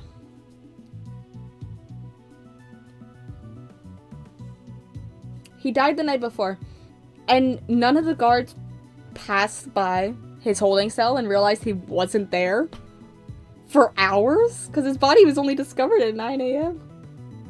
There was no like, yo, maybe hold off on the circus. We have a missing prisoner.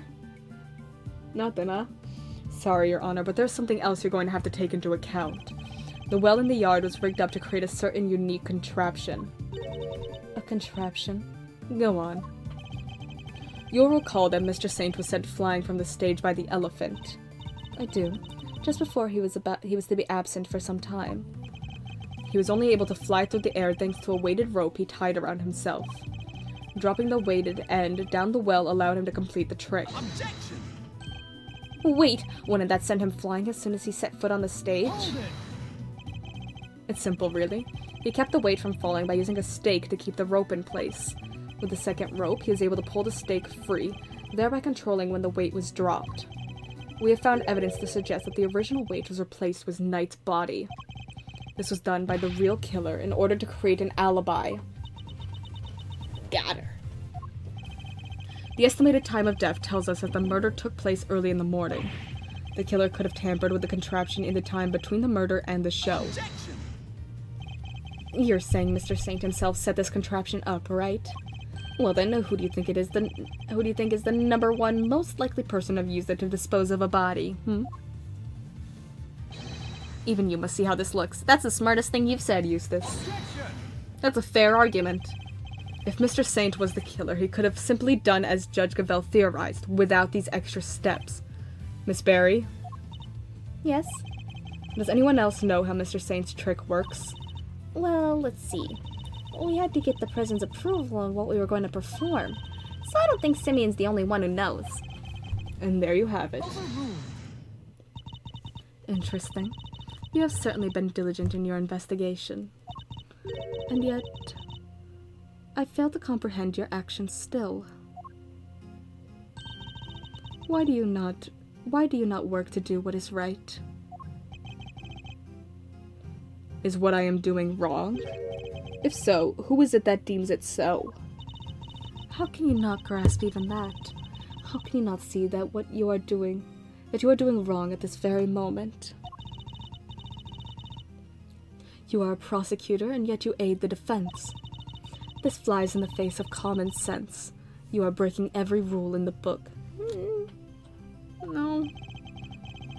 I think only of what is right and just, and act as I see fit in each situation I am confronted with.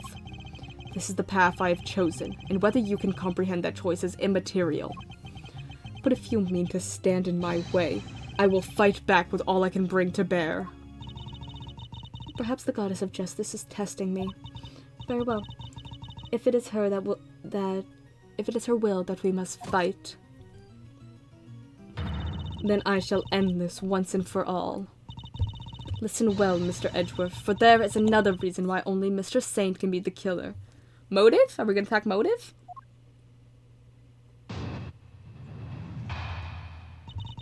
Why Saint is the suspect. If the body was moved from the yard to the workshop, then Mr. Knight must have first been brought here to the yard from his cell. Oh, we're talking the cage. I'd like to hear a motive, Miss Judge. The only person who had the opportunity to do that is Mr. Saint, Simeon Saint, and thus he remains the only plausible suspect. Mr. Saint took a cage with him to Mr. Knight's cell. But why would he do that? Why take such an unwieldy object all the way to the holding cells? Yeah, it is pretty sus. K! K! No. But we've all met Mr. Saint. That's exactly the kind of thing he would do. It's entirely plausible that he took the cage with him out of absent-mindedness and nothing else. That's a flimsy argument. It may be plausible, but it is no more or less plausible than him having helped Mr. Knight to escape. Ugh, I need some real solid evidence if I'm going to get her to budge.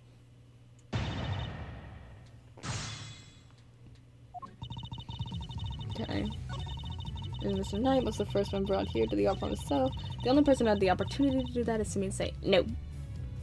Anybody could have done it because the security cams were out! Objection! Mr. Saint is far from the only one who had the opportunity. Which opportunity are we talking about again?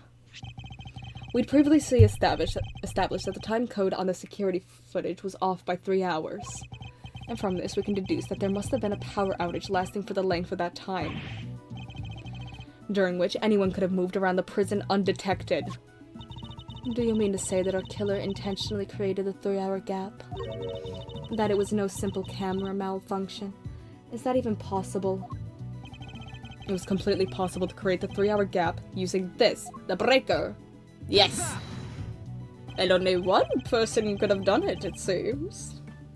Our investigation of the yard turned up something rather interesting. A panel of breakers, one which can be used to cut the power to the security cameras. We also learned that the door to the power room may have been opened at around the time of the murder. Oh, what? Such a shame to see one so capable fall so short of the mark. Mr. Edgeworth knows what he's doing. Then how does he explain the lock on the power room door? Yeah, it was kind of locked up tight. And the warden's the only one with the key. Those breakers are vital to the prison's infrastructure, so I very much doubt that anyone could have gained access to the power room's keys so easily. Objection!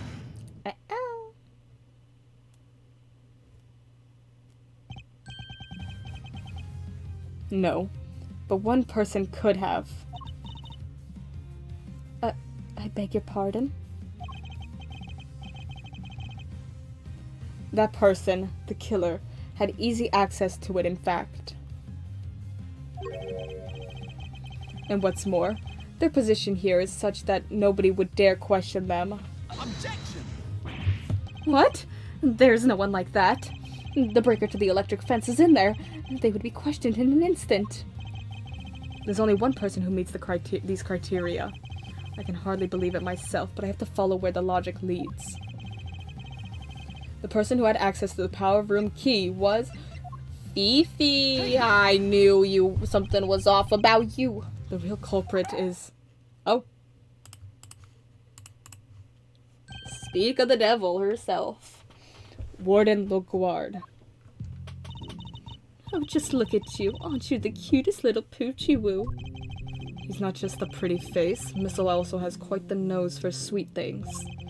Seems he's smelling something very sweet indeed, and it's coming from you. Oh, darling, you're making me blush. I'm not even wearing perfume. Then perhaps it's the sweet stench of death. Oh my god! You're a regular poet, aren't you? I had no idea. But if I didn't know better, I'd almost think you were calling moi the killer. And that is precisely what I'm calling you. What? Warden Laguard is the killer? Mr. Edgeworth, do you realize what you're saying? Oh, such a naughty boy. How could he suspect me? I'm the one in charge around here. It's like we're in a murder mystery, aren't we? Yeah, we've been in a murder mystery. And equally far-fetched, this is preposterous. Hold it! Sadly, it is not, although I can hardly believe it myself. But this is where the evidence points, and we must trust in the evidence. This piece of evidence proved that Warden Laguard is the killer. What, the sweet scent? Because she smells sweet? Your scent betrays you, Warden. And here is your accuser. The police dog. We had him track a sweet scent that was lingering around Knight's body back when it was first found. He now appears to be smelling the same scent, and it's coming from you. Oh, darling, you're priceless. Really, you are. Your evidence is A whiff of suspicion. Verity, dear. Do put him in his place. Ooh. It seems Judge Gavel has reached a similar conclusion to myself. You believe this to be no mere coincidence, Mr. Edgeworth? I do. After all, she had the key, and the scent found lingering on the body is hers as well. Were it just one or the other, we might be able to brush it off as coincidence. However... Indeed. Then it seems a conclusion approaches. Perhaps we should hear what the warden has to say for herself. We should. And when we have, this case will finally be at an end. Will it? Will it? I don't believe that. You're all being simply awful. Stop looking at me like that. Me, the killer? How could I possibly do such a thing? I didn't do it. Verity told me everything she knows about the case, sweetie. The victim died in his cell, so by your logic, I would have had to have killed him there. But how am I supposed to have moved the body, especially as I never went into the prison? I was too busy with work, you see. I was cooped up in my office until right before the show began. Check if you like. You won't find a record anywhere on my having entered or left the prison proper. Okay, you wouldn't need to go into the prison proper, though. I haven't had the first idea what harebrained theories you little scamps have cooked up, but I'm innocent. There's simply no way I could be the killer. Give me a break. Missile doesn't lie. Don't make it hard on everyone and just come clean. Oh dear, I'm afraid you are the one making things difficult. As I just said, I never went into the prison. If you think I'm lying, go ahead and check the records. She clearly wants us to check those records, which means they won't help us. We'll just have to find another way of getting the truth out of her. Please, Mr. Edgeworth, stop being a big silly. You've made a boo-boo and you know it. Okay. Verity told me everything she knows about the case. The victim died in his cells. By your logic, I would have had to just kill him there. Hold it! The murder took place in his cell. You seem very happy to accept that. And why shouldn't I be? It seems the most likely place for it to have happened without drawing attention. And besides, they found Knight's blood in his cell. Yes, but that was from being struck by Mr. Carcerado. So I needn't tell her that, I suppose. I take it there's also been no testimony to the contrary. What does it matter? Knight being killed in his cell doesn't go against any of the facts anyway. But how am I supposed to have moved the body, especially as I never went to the prison? Too busy with work, you see. I was cooped up in my office. Check if you like. You won't find a record anywhere of me having entered or left the prison proper. Hold it! Sure, maybe you didn't go through the main entrance to the prison. But what if you took another route? Oh, that's where we're going with that. Oh, come now, sweetie. Surely you don't mean that awful, filthy tunnel they discovered. Why, until yesterday, I had no idea it even existed. No, you had another way in, I'm certain of it. A route that didn't quite require going through the main entrance or the tunnel. Don't crash.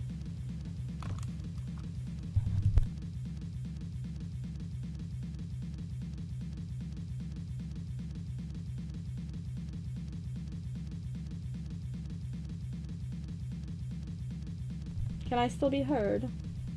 I don't know. But if I can, hi guys, my computer crashed again. I'm in the void. The void. Oh gosh.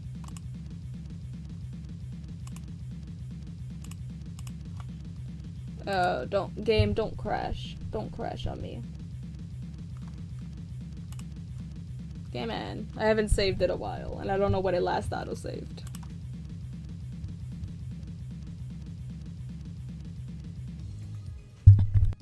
Okay, it fixed itself. Hi guys, sorry about that. I don't know what's up with my computer lately. Or this game, or both.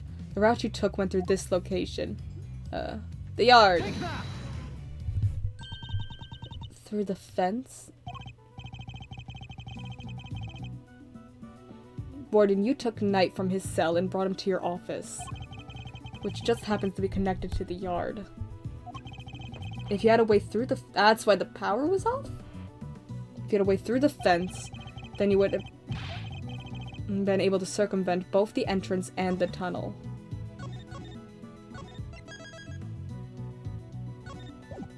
Fifi LaGuard Part 1.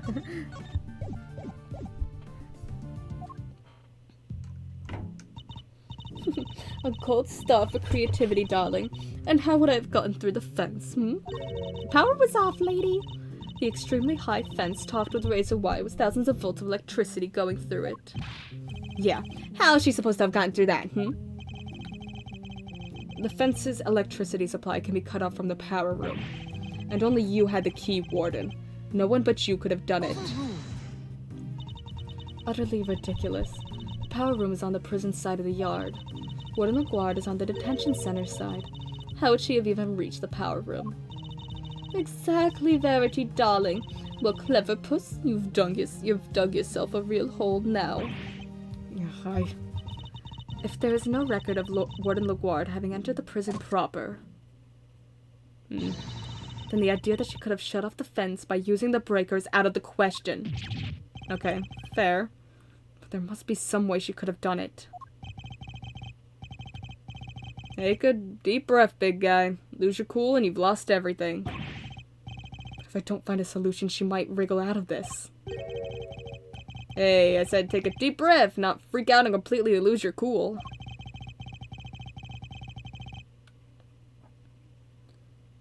There's nothing to be gained by banging your head against the same wall, yeah?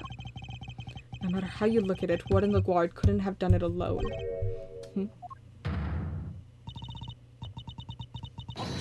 Oh.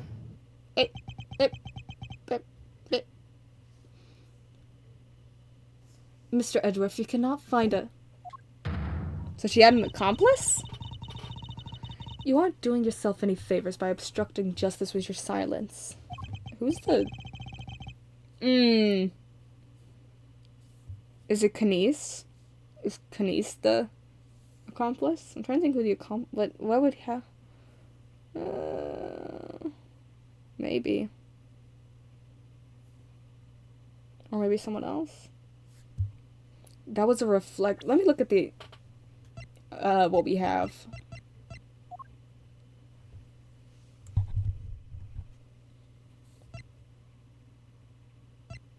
That's still in our evidence. That's suspicious. Maybe that will become up later? That was a reflexive objection. But now that I've yelled it, if I don't come up with an answer, it's all over. I have one more thing to add, if you'll permit me. Something that explains how the warden could have shut off the breaker from the wrong side of the fence. Yes, because it's not as impossible as it seems. What enabled her to shut off the breaker? An accomplice! We just said that. She couldn't have done it alone. But what if she wasn't alone? Ooh, now we're talking. Way to flex the old gray matter, kiddo. I believe that Warden LaGuard had an accomplice. Enough. You disappoint me, Mr. Edgeworth. What do you mean? Mr. Edgeworth has said nothing wrong. The inmates of this prison are all issued with security bracelets. Oh, okay, I got it beforehand. The ones that raise the alarm if people go where they're not supposed to. Ah. I see that you've realized your error, and we are, of course, within the prison grounds, where not only are the bracelets worn, but even the guards surveil each other for signs of wrongdoing. And despite all that, no one noticed Mr. Carcerato's escape. The only ones who are free to roam are the animals, and they most certainly could not have operated the breaker. No, so our accomplice must be human. Then who did it, given that it cannot have been a prisoner or a guard?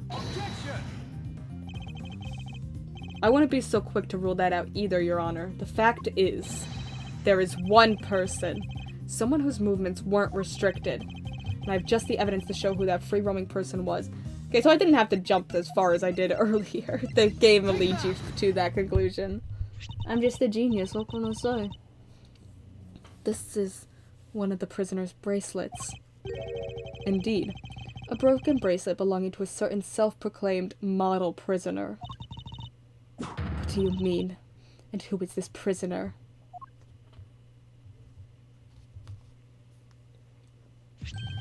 Frank saw it.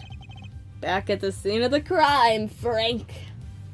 Lord and LaGuard's favorite inmate. Oh, she did say that, didn't she? Ooh. It's strange, isn't it, Warden? That he was able to keep his broken bracelet hidden and wander freely around the prison all the while? That is pretty funky. I don't mean it in a good way.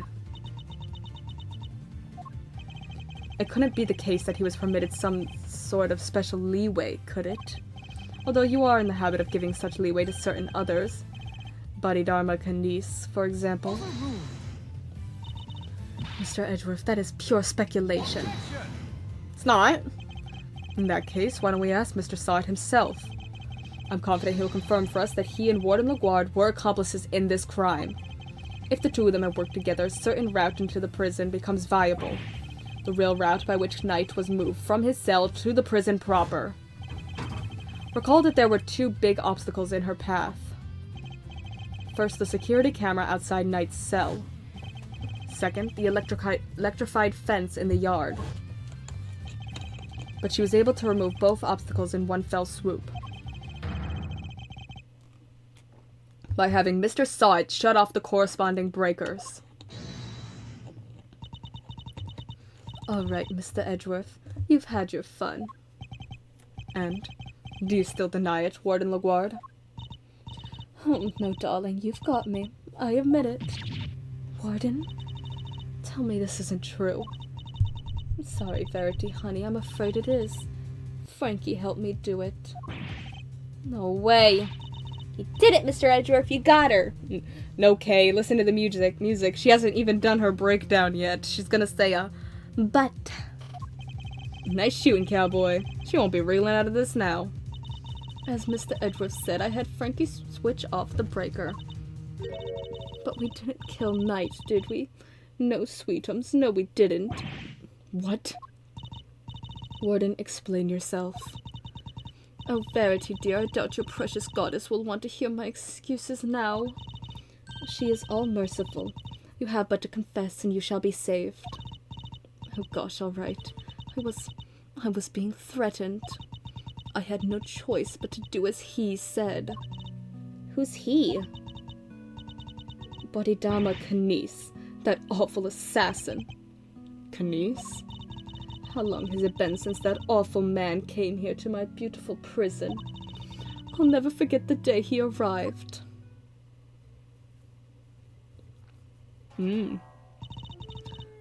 Oh no. The moment we were alone, he said this to me. You should know that I have other dogs. Dogs not confined to this fine institution. Others? Yes, very loyal dogs. Dogs who will do anything I ask of them. Of course, he wasn't talking about real dogs. He was talking about his very human cronies. And then he said one last thing. I would recommend that you take care in how you treat me during my stay here. I wouldn't want to have to set my dogs on you, or your precious family. Oh my god! Damn! I had no choice. I gave him that cell, I gave him everything he asked for. Everything? Wait, is that how he became the fixer? Yes, darling, I obeyed his every command, and smuggled in for him all that he wanted. Eventually I brought dear sweet Frankie into our little conspiracy. He agreed right away, of course, because I made things easier for him, too. I believe her, but she definitely still murdered Knight. So you were smuggling in contraband? I don't think Kanice ordered her to do that, though. I feel like there's gonna be, like, an ulterior motive. Maybe to get out of the threatening, she was, like, gonna frame him for the murder or something. So you're smuggling in contraband? How exactly? Once a week, late at night, Frankie would shut off the breakers. That allowed me to go from my office into the yard without being seen by the cameras. Okay, so saw it. It's just part of a routine they do to shut off the breakers, so he wasn't, like, commanded to. Which means she would know what time to bring Knight's body through. That allowed me to go from my office into the yard without being seen by the cameras. Then I simply dropped the packages down the well on the prison side and went back through the fence. Oh, that's what the tunnel's for. Each of them spritz with a little of my perfume, so the dog would retrieve it. So that's what the sweet smell was. Yes, it was a signal for Kinesis' dog. When he picked up the scent, he would fetch the packages and bring them back to his master. There we go. That's making sense. That's making sense. We had to make sure Rocco wasn't in his cell at the time, of course. Can't have been easy keeping him from finding out. Oh, we're all very much creatures of habit here at the prison, darling. Everything runs to a schedule. Meals, exercise hours, that sort of thing. We knew when he wasn't there.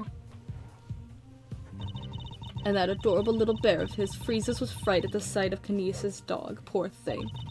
So there was no risk of him raising the alarm either. She has oversight over everything here at the prison, which made her the perfect mule. With her on his side, Kinesis couldn't fail. Frankie would sneak out again early in the morning to switch the breakers back on and our work was done. Apart from fixing the time codes on the cameras, which I would do later when I got the chance. You have shared a great deal, Warden. The goddess of justice will surely take your honesty into account. I have been the most dreadful fool, I know I have. I'm supposed to be the one in charge. The day of Knight's murder was also one of our delivery days, and so Frankie, bless his heart, did his usual work with the breakers. But there was no package for me to deliver that day, so I didn't go out into the yard. So that's the secret behind the fixer's system, and why she was... The police have been trying to track down his accomplices for the longest time. Even I've had to lend them a hand myself, you know. Heaven knows how many times I've hauled the secretive scoundrel into my office to talk to me. But no matter what I say or how much evidence I present him with, he simply won't say a word. That's why you were interrogating Mr. Kinesis over and over. Exactly. I was trying to track down those horrible hench people of his. I borrowed everything the police had on that rotten scoundrel. I watched his every move and intercepted every letter he wrote. His letters. Then I suppose she must know about his correspondence chess games, too. Oh! Did she kill Knight thinking he was an accomplice? Because of the chess? Oh! That makes sense. That's motive. But no matter what I did, I couldn't turn up any clues as to who his underlings were. Living in fear like this, oh, you just can't comprehend it. As you have just heard for yourself, Mr. Edgeworth. The words of Warden Lagarde's confession have cleansed her of all suspicion. They have not. They have not. Surely there is no need to hound her any longer. Has she really been cleared of all suspicion, though? Or is there more about this to uncover? There's more. She's clearly innocent. Listen, I believe her, but that's not the end of the story. I'm sorry, Your Honor, but this conversation isn't over yet. And I think the Goddess of Justice would agree. So you mean to make her suffer even more than she already has? Suffering people can still be murderers, ma'am. Unfortunately, her suffering under Mr. Kinesis does nothing to prove her innocence in Knight's murder. Thank you, Edgeworth. She admitted herself that she knew of and even facilitated the so-called fixer's delivery route. I believe she used the same route to move Knight's body. And where's your evidence, Mr. Edgeworth? It's in the fact that the sweet smell on Knight's body is the exact same scent Warden Lagarde uses to signal a delivery. What do you make of that?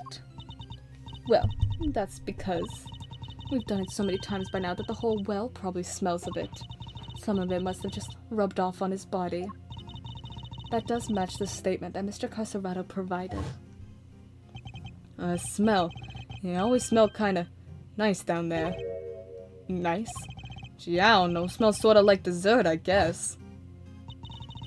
His words must seem to suggest that the smell had permeated the well. You've been rendered speechless, I see. Then I hereby move to adjourn this session of the court. No, what do we do, Mr. Edgeworth? Can I do? Is this as far as we go? Finally. So we're actually done? Yes, Eustace, it seems we are. By the power vested in me, this court is adjourned. No? Thank you.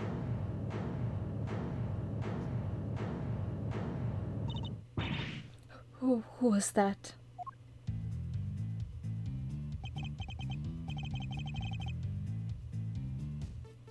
Come on, Judge G. Things were getting good. Fender? Are you objecting to my adjourning this session? No. Would have shouted objection if I wanted to do that. You do you, G. Adjourn, don't adjourn. Whatever floats your boat. What are you doing, Mr. Fender? Don't worry about what I'm doing. Let's all just take a chill pill, shall we?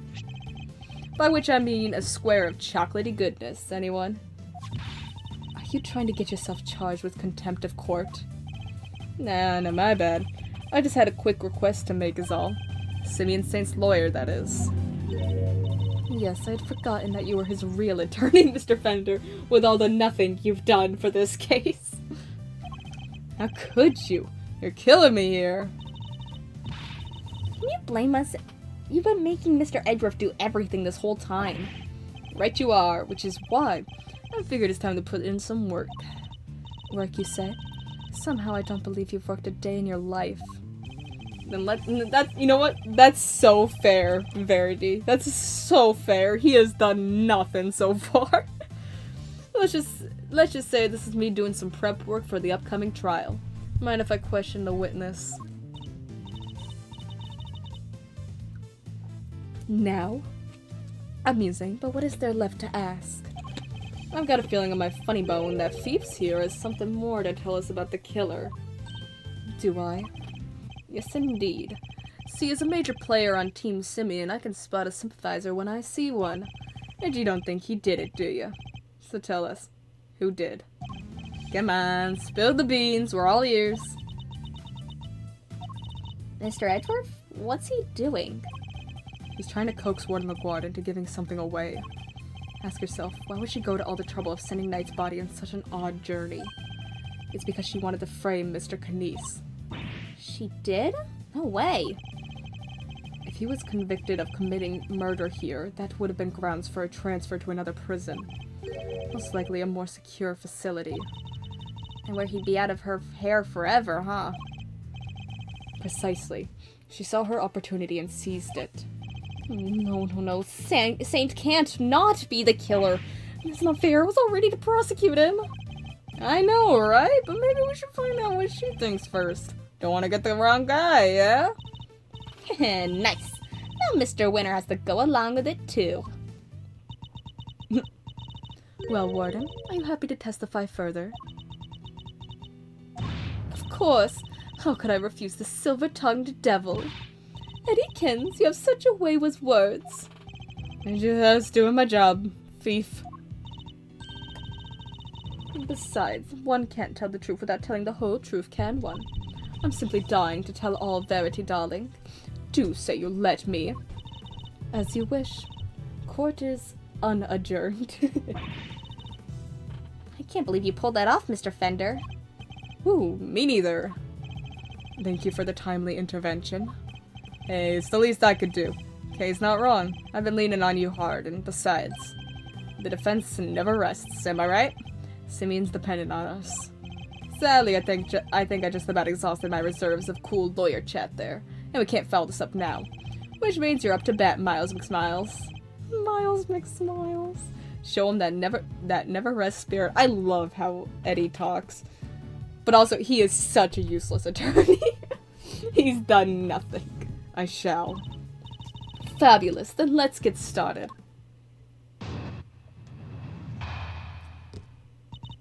My truth. I really don't think anyone could have done it but that dreadful man Canese. There's no telling what went on between him and the victim. Perhaps he simply took a disliking to him. He's certainly the type. For whatever the sordid details, it was him. He stabbed that poor man to death. Then he had his dog dispose of the body. That simply has to be what happened. The dog brought it down the well? Okay. The victim, Mr. Knight, yes? I did him the most terrible disservice. Yes, you killed him.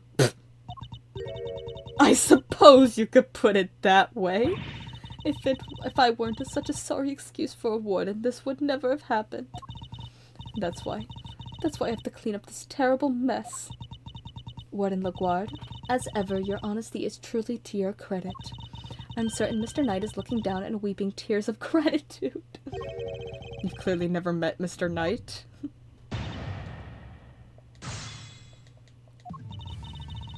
We don't think anyone could have done it but that dreadful man. There's no telling what went on between him and the victim. Perhaps he simply took a disliking to him. He certainly looked tired, but whatever the sordid details, it was him. He stabbed the poor man to death. Hold it! What more can you tell us about those sordid details? Well, we all know that what Kanice once did for a living. I doubt the killing part gave him much trouble. Especially as the victim was already injured. His neck, I think. Couldn't turn his head to the right, poor dear. That's what they told me when they brought him in anyway. They must make some sort of report for the warden when new prisoners are admitted. You seem keen for us to think you didn't know much about Knight. That's because I didn't, sweetie. And the victim was simply a fun target to that monster, nothing more. I expect Kanice used that chisel that was hidden in that chess set, don't you? Awful grisly business. That was weird. Why'd you say that? Why'd you bring up the chisel in the chess set? Just imagine, the man probably didn't even have time to cry out. I see. Thank you for your thoughts. They were very helpful. Actually, I'd like to hear about them in a little more detail, if you don't mind. Oh, Mr. Edgeworth, you're making me blush. I could chat with you all day.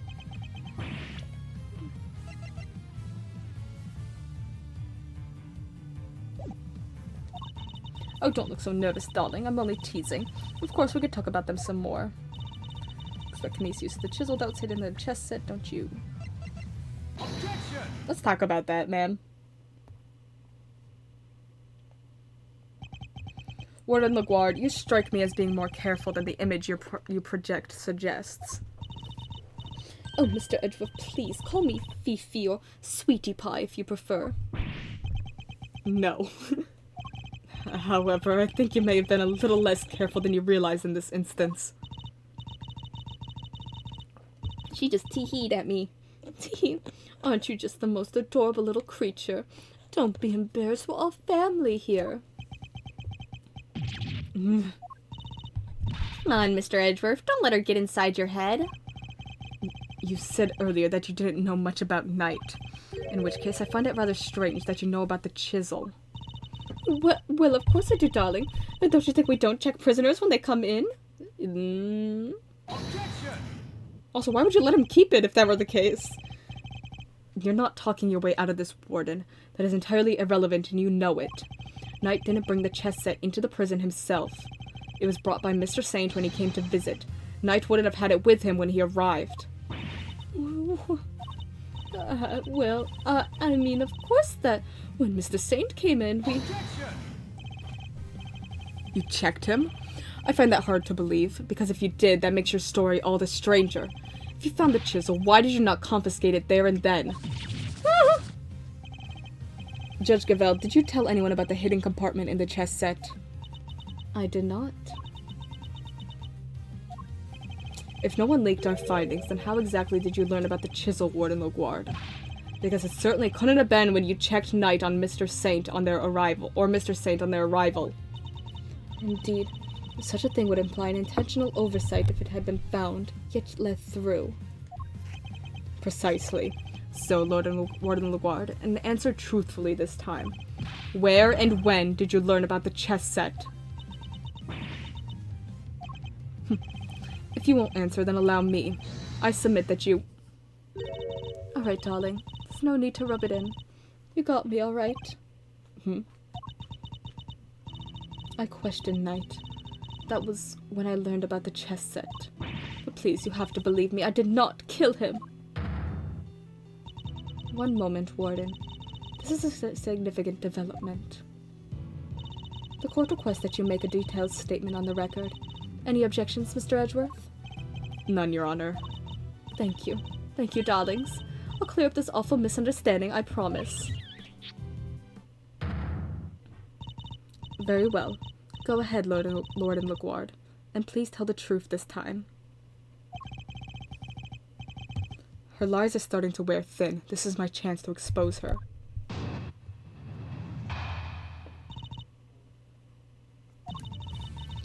I said I questioned Knight, but it wasn't anything serious, you understand? Part 2. Hey. I make a point of talking to every newcomer to our little home. Knight was no different. We just had a little chat, you might call it. And after we talked, I had him taken back to his cell straight away. Okay. The more she lies, the more thoroughly she seals her fate. So it was simply a conversation with a new detainee. That seems entirely above board. Exactly, Verity, darling. I knew you'd understand. Objection! Well, I don't. What proof do you have to back up your statement? Oh! I suppose we shall see, won't we, Mr. Edgeworth? You may begin your cross-examination.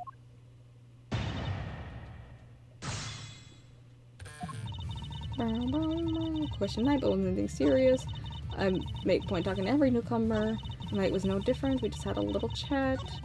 And after we talked, I had him taken back to his cell straight away. Hold it!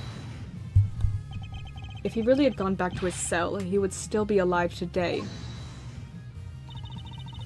You really think I murdered the poor man right there in my office, don't you?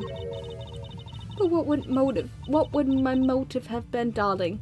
I told you I barely knew him. I'm no angel. I have my grudges against Knight, but Knight had nothing to do with that animal. Can you add that to your testimony? Because that's a lie. She really does hate Knight. Warden Laguard, I must insist that you append that statement to your testimony. Thank you. I'm no angel. I have my grudges against Knight, but Knight had nothing to do with that animal. Objection! Nope.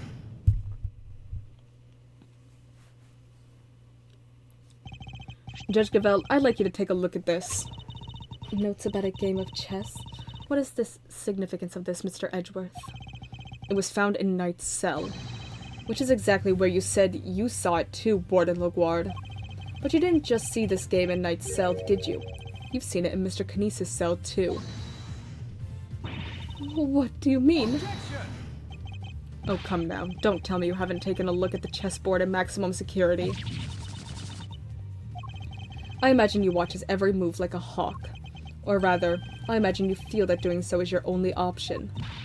If she wants to find out who his cronies are, right? Personally, interrogating your own prisoners is highly irregular, to say the least. But as you said, Mr. Knight had threatened you. He put your precious home at risk. That's why you took it upon yourself to question him. You wanted to find out who his dogs were. And so what if I did? You also told us that you read his letters, which means you must have known about one key fact. You knew he was playing correspondence chess. And then who should appear but Knight, carrying with him a diagram of a very particular game. We ourselves used that diagram to infer a connection between the two men, and it seems you came to the same conclusion. But in your fear, you took your reasoning one step further. You surmised that Knight was Mr. Knight's henchman, sent to kill you. There we go. Which is the real reason she had that chat with the Bronxster. If his boss wouldn't crack, maybe he would. And when you questioned Knight, you made another discovery. For there inside his chest set, you found a hidden chisel. A murder weapon itself. As far as you were concerned, that chisel meant one thing. Knight. Thus, you convinced yourself that Knight was working for Knight, and that is why you killed him. I see you have no more excuses. Judge Gavelle, your verdict, please. Much as it grieves me, there would appear to be little room for doubt. I hereby give my verdict. Bronco Knight was murdered by... In the name of the goddess of justice, who is it this time?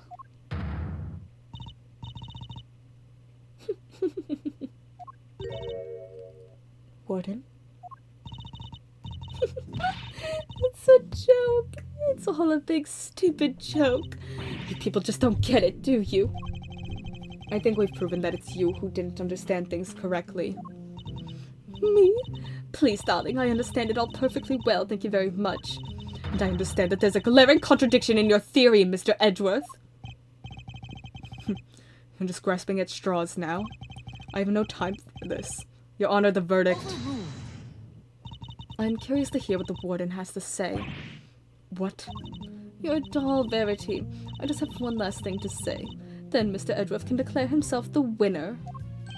You rang? Oh, she said the word! Does anyone remember a certain autopsy report? Of course, we received the finalized version only this morning. That's right, and I was listening to what you told us about it, Verity, even if nobody else was. You said the wound was 4 inches deep. 4 inches? Wait. Riddle me this, Batman! Riddle me this, Mr. Edgeworth. How does a tiny chisel make a 4-inch wound? It's not the murder weapon? Nah. Forgive me, oh goddess. I came perilously close to making a terrible mistake. Looks like your theory's the one that doesn't hold water, Edgeworth. What now, What do we do? It'll be fine. Mr. Edgeworth always comes through, right, sir? Not true. Not true. In these games, sure, but in general, no. Looks to me like the Milesatron's out of commission. You're an attorney too, aren't you? Why don't you do something? Turn things on their head with a desperate bluff. Blurt out the first mind-blowing thing that comes to you. Look, detective, I'm as much of a man as action as the next guy. Well, without evidence, we're up a creek without a paddle here. This might be the end of the road. We can't give up now. We have to do something.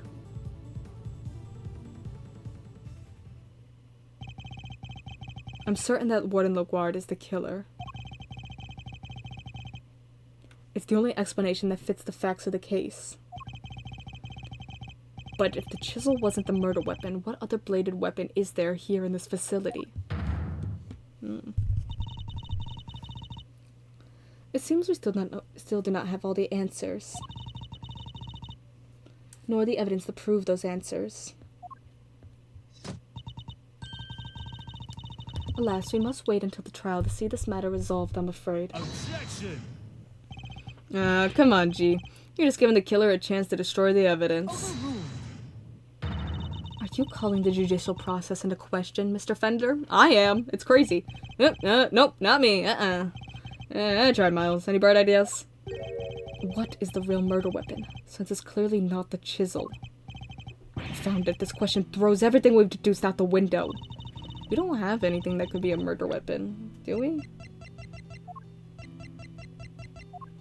I'd say like the stake thing, but that doesn't make sense. Nothing to add, Mr. Edgeworth?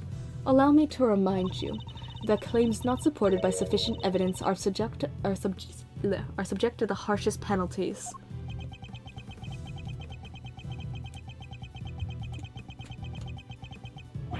It's hopeless. I can't think of anything. I need more time. Loath as I am to admit it, You can't give up now. Remember what Mr. Fender said. Simeon's counting on us. Without us, he's... Remember how upset he was? He was devastated. Nobody's in more pain than him over Mr. Knight's death.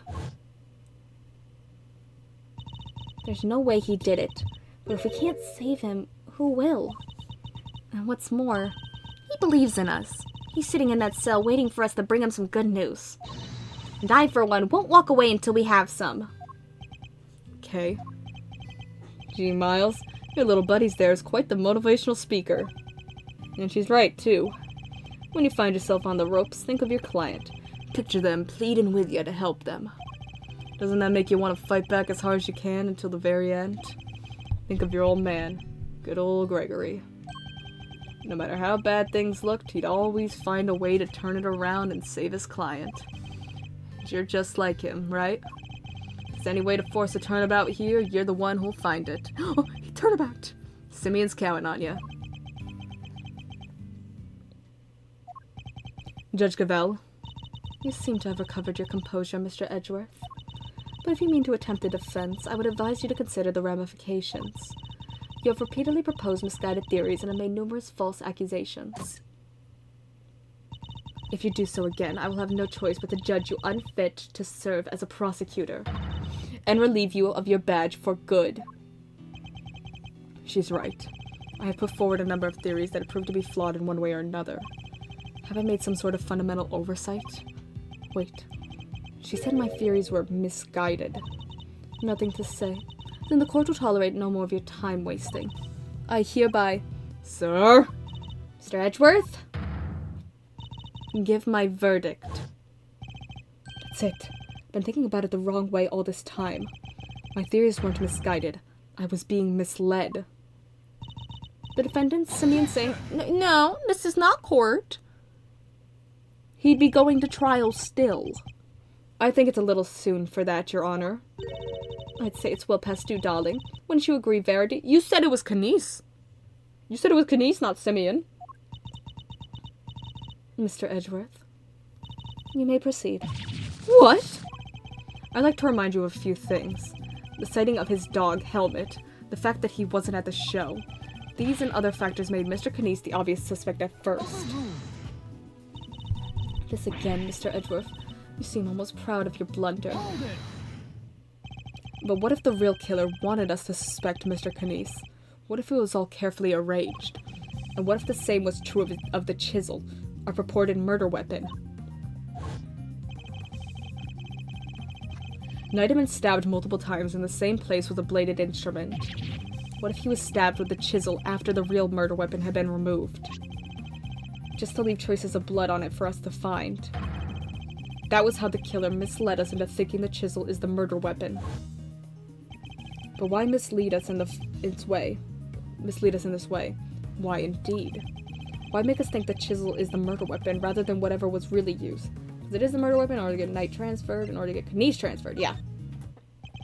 Warden, you took advantage of what the chisel seemed to suggest. What it suggested. What are you talking about, darling? Hold it! Mr. Winner, if I were to tell you the murder weapon was a chisel, what would you think? That Mr. Kanice is the killer? And there you have it. That was the trap the warden set for us. Oh, Mr. Kanice had a bunch of chisels, so she wanted us to think it was one of his, right? Indeed. That was her plan right from the start. To frame Body Dharma Kanice.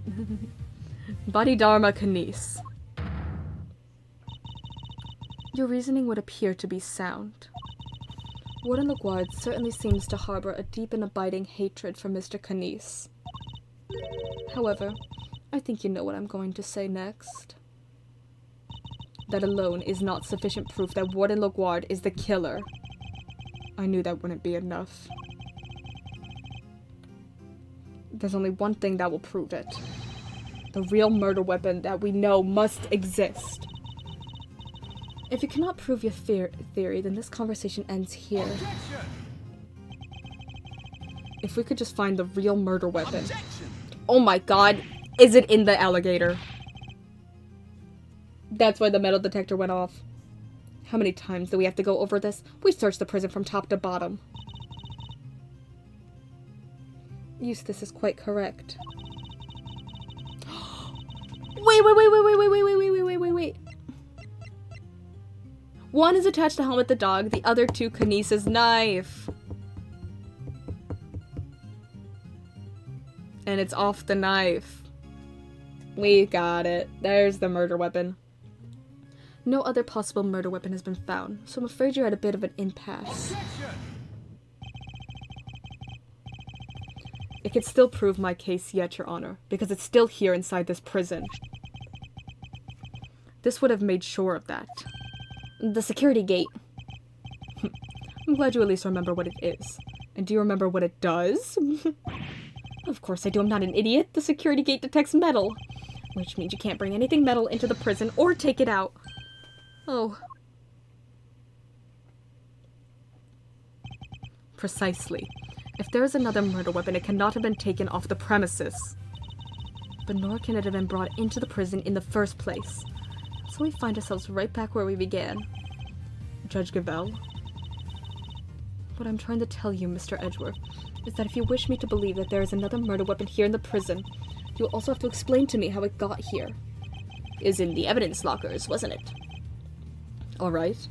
We know that the chisel was smuggled into the prison inside a pocket chess set, but our contention is that the chisel is not the real murder weapon. So if the weapon came from outside the facility, then there must have been a way to bring it in.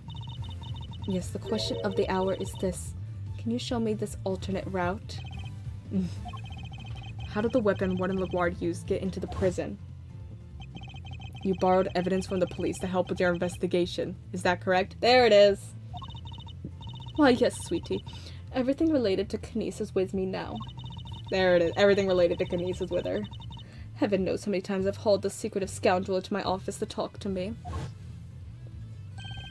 Of course, that's how. The fact that this is here with us shows how a bladed object could have been brought into the facility as well. Take that! Allow me to remind you of our conversation with Mr. Kanice yesterday. Yes, it was but one of my bells. One of only two in existence. Just two? Two and only two. One for my knife and one for my beloved helmet. Exquisitely crafted, utterly unique. My ears are my guide after all, and I must be able to use my tools precisely. Of course, as you said, the knife has long since been taken from me. So you see, there is a way for objects to be brought into the prison unscrutinized. As part of the evidence Warden LaGuardia borrowed from the police. What?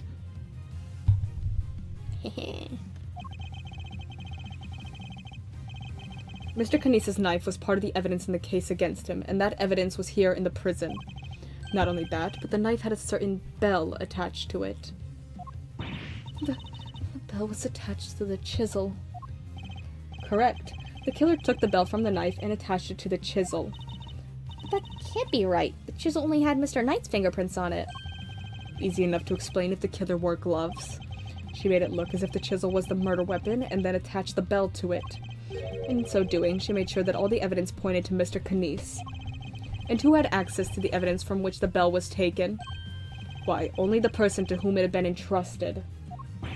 Who was it, sir? Who's been messing with the evidence? I believe that would be you. Isn't that correct? Detective Gumshoe! Imagine. The case just turns around to Gumshoe. Isn't that correct, Warden LaGuardia? The bells aren't exactly rare, you know. Anybody could have set that up. It's one of a kind. Objection! Two of a kind.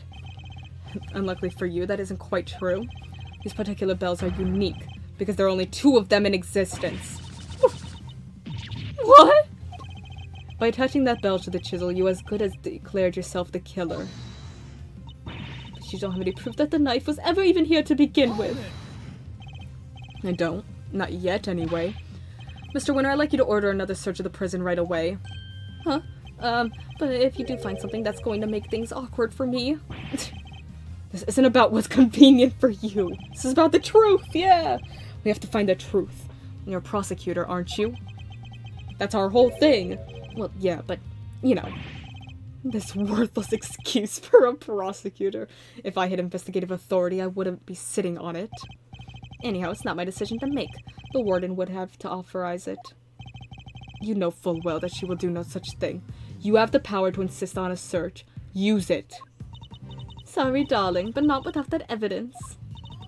The goddess of justice cannot bestow her blessings on those who lack the proof to support their claims.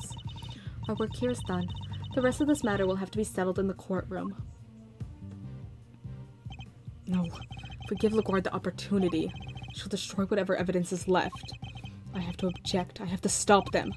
But what do I say? I don't have anything concrete to offer. What am I thinking? I'm never this reckless.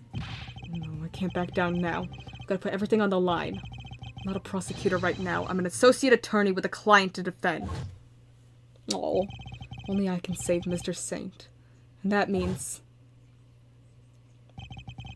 Even if my chances are 1,000,000 to 1, it's still worth a shot.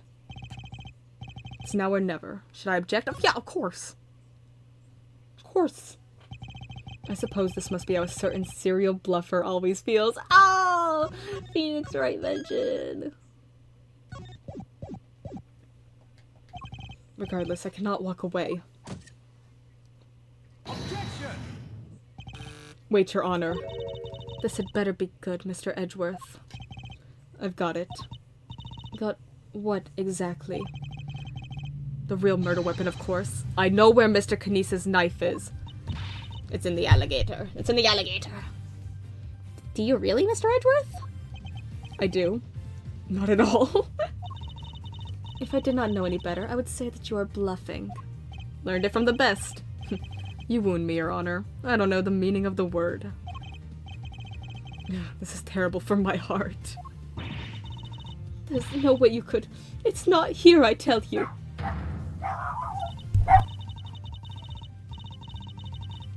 Well, would you be so kind as to enlighten us? Where is the real murder weapon? Think, Miles, think. Somewhere not even the police would search. A blind spot in this zoo. A hiding place that the warden could be absolutely sure of. A hiding place? No. What's up with everyone hiding? It's fun. They both have the same thought process to hide their weapons in the animal. If you insist. Come on, Helmet, open up.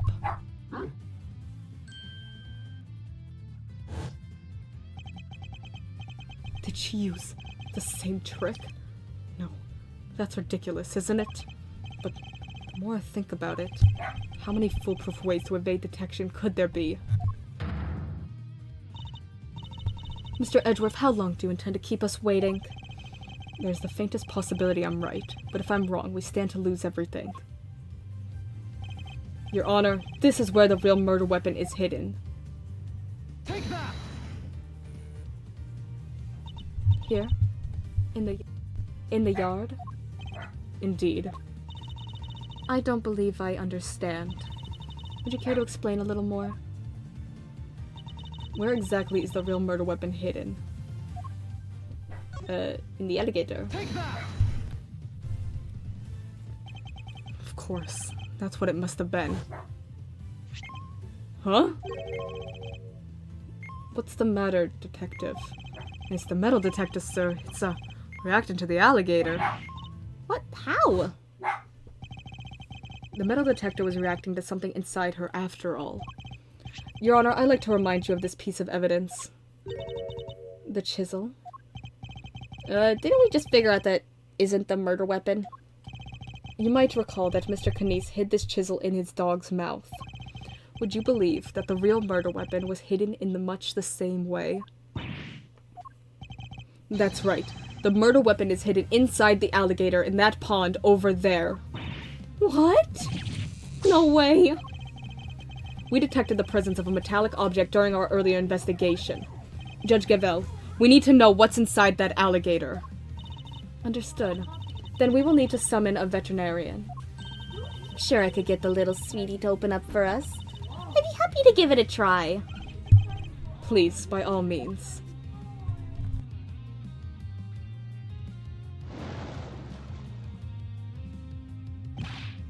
Warden Laguard, the real murder weapon is about to be revealed. Why not do the right thing and confess?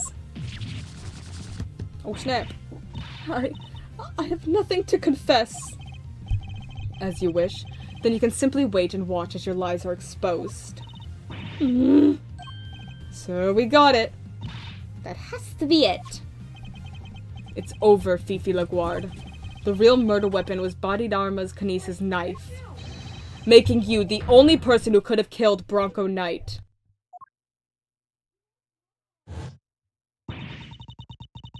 I'm not the criminal here. This is all Kinesis doing. I did the right thing. Knight was a threat. He was Kinesis' lapdog. Curse that despicable man, Kinesis. Why did he have to come and ruin my perfect little home? We could have been happy forever if it wasn't for him. He ruined my paradise on Earth. He ruined everything. Curse him. Curse that pitiless butcher, that awful, terrible, despicable man. Curse him. Oh, there it is.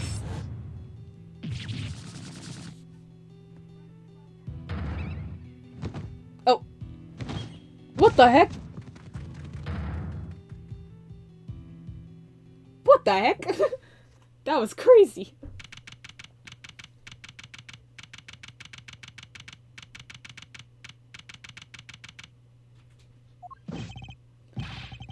Prosecutor, the winner, sir.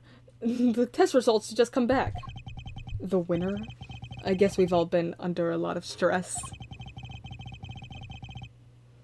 Traces of Bronco Knight's blood were found on Mr. Knisa's knife. It's just like you said, sir. Congratulations on a stunning victory. Thank you, officer. Excellent work. You can continue complimenting me if you like. Oh, Eustace. Yes, sir. The winner wins again. I think I'm welling up a little. With rage? Excellent work, Eustace. Just a few loose ends to tie up and we're done.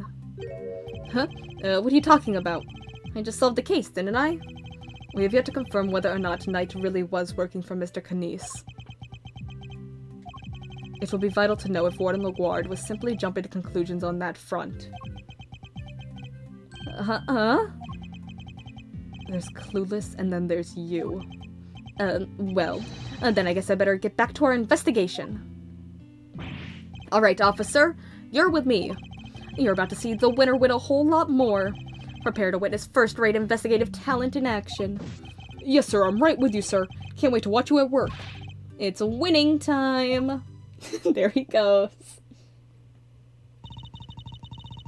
I expect this case will cause quite a stir.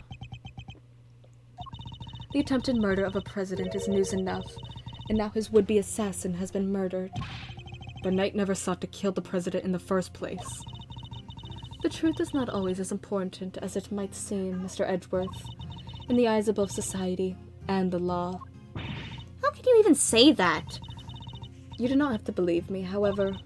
As a prosecutor, Mr. Edgeworth is obliged to accept that this is the reality of the world he operates in. Being a prosecutor is about more than proving people guilty. That's what I believe.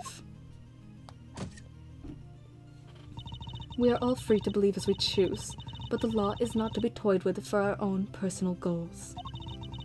If you refuse to accept this, then you must prepare to suffer the consequences. What does that mean? Well, you're not gonna take his...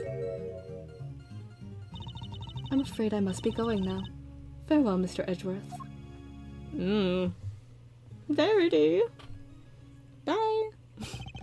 Judge Gavelle is right. There must be only one set of laws for everyone.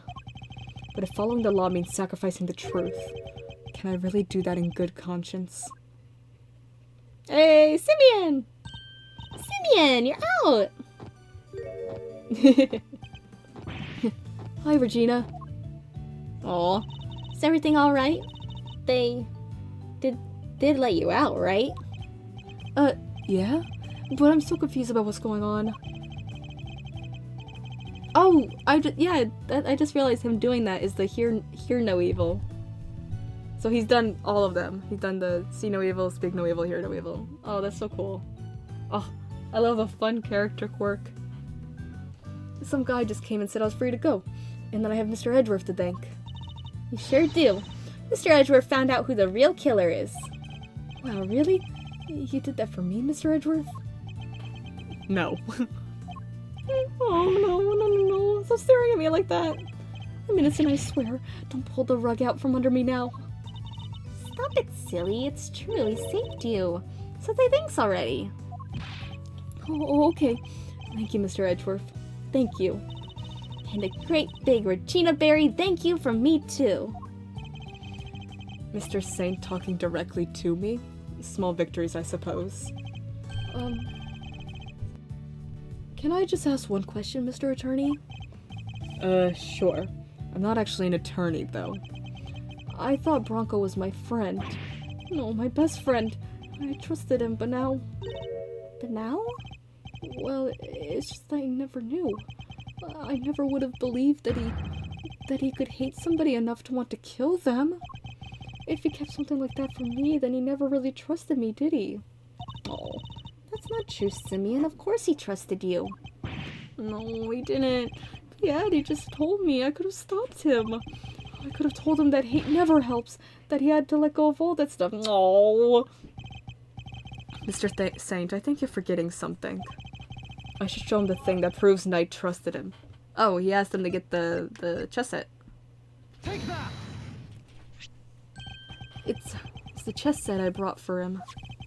Knight had hidden a chisel inside. I imagine he meant to use it to escape. What? You mean he was using me? No, he believed in you. He knew he could count on you to bring it, and that you would never be so untrusting as to look inside. Oh. I imagine that by not telling you, he was hoping he could keep you from getting caught up in this mess. Oh. Bronco, why didn't you tell me? At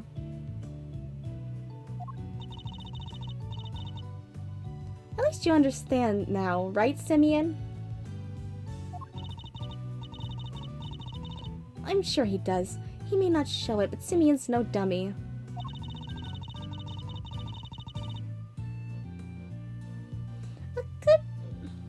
A good night's sleep and he'll be completely over this whole thing by tomorrow.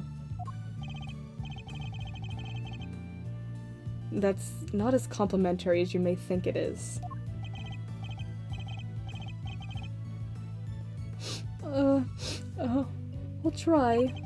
I have to. For Bronco. I have to show him I can become the best animal trainer out there. Aw.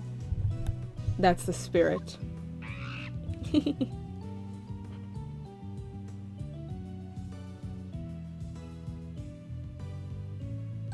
Oh, I almost forgot.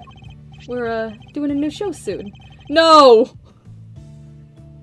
No. I see him on there. No. I'd love it if you could come, Mr. Edgeworth. The one, the only, the very big circus is back. I'll be joining Regina on stage for this one. That's right. The Very Big Circus is the biggest, most fabulous event in town. You'll have oodles of fun. No, Regina, I won't. Oh. Sounds great, doesn't it, Mr. Edgeworth? Come on, we have to go. Well, I'll think about it. The answer's no, Edgeworth, don't do it.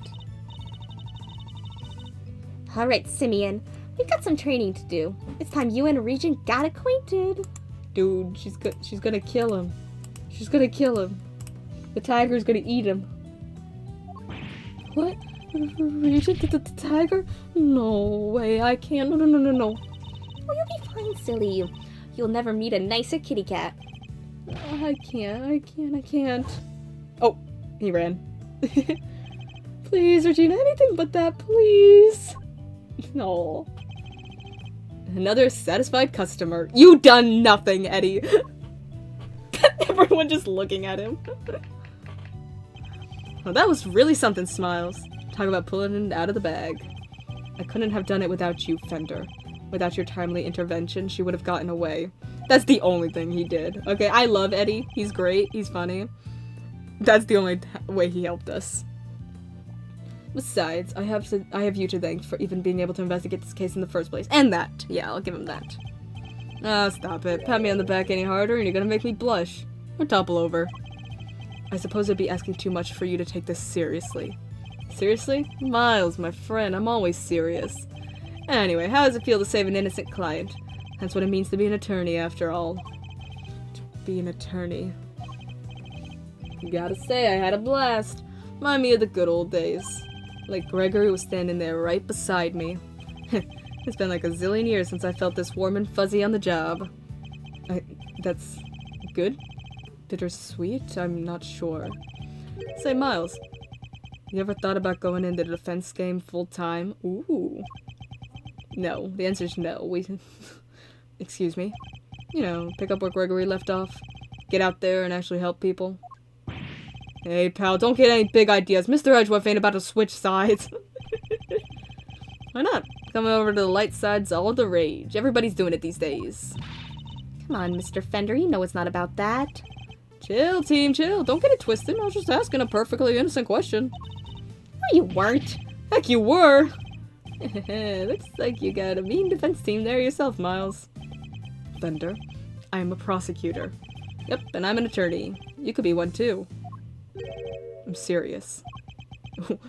He's serious. Well, I said my piece. You change your mind, you know who to call. I'll be waiting. Catch you on the flip side, Eddie. Bye!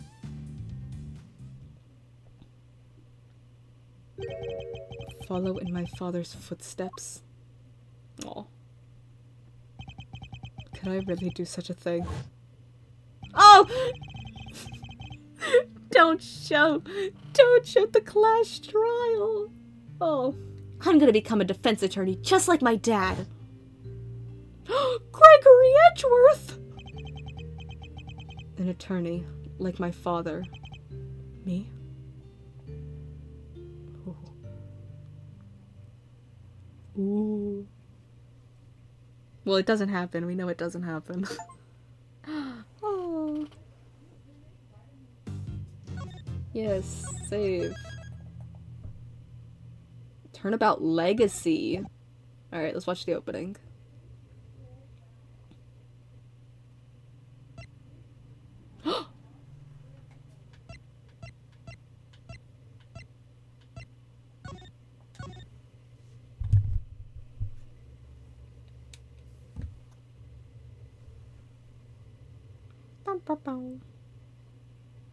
Turnabout Legacy. Yo! Cake! The 3 p.m. cake extravagant. Oh, I didn't read that. And Judy's bake and ball. It speaks! Macarons, waffles with cream, chiffon cakes that are light as a dream. Laugh and sing, smile, it's true. All that sweetness waiting for you. Look there, what where? Over there. The oven's got something special to share. Now let's see what we've got for you. Amazing. It's cooking time. Are you ready to make something special together?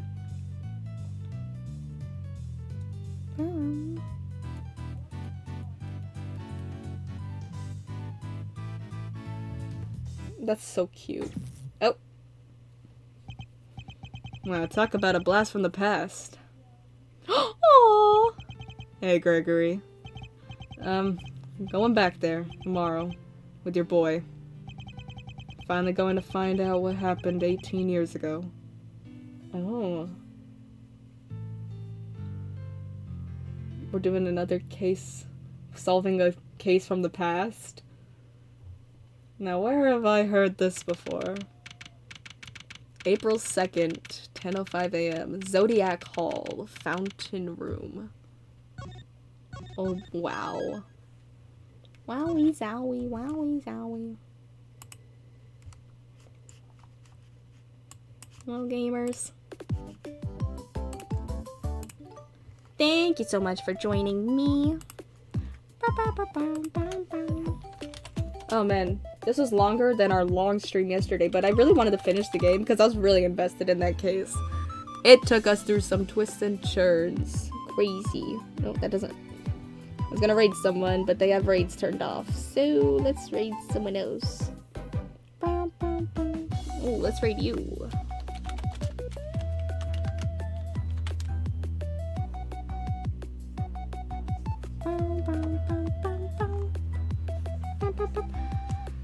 Alright, I'm sending you all over to Sunny Hours. Go spread some love over there. And thank you guys for joining me. It's been a blast. It's been a big old blast. I had a lot of fun. This case was really good, and I'm very excited for the next case. Thank you guys for joining me. Catch y'all later. Setting you off in 5, 4, 3, 2, 1. Bye bye.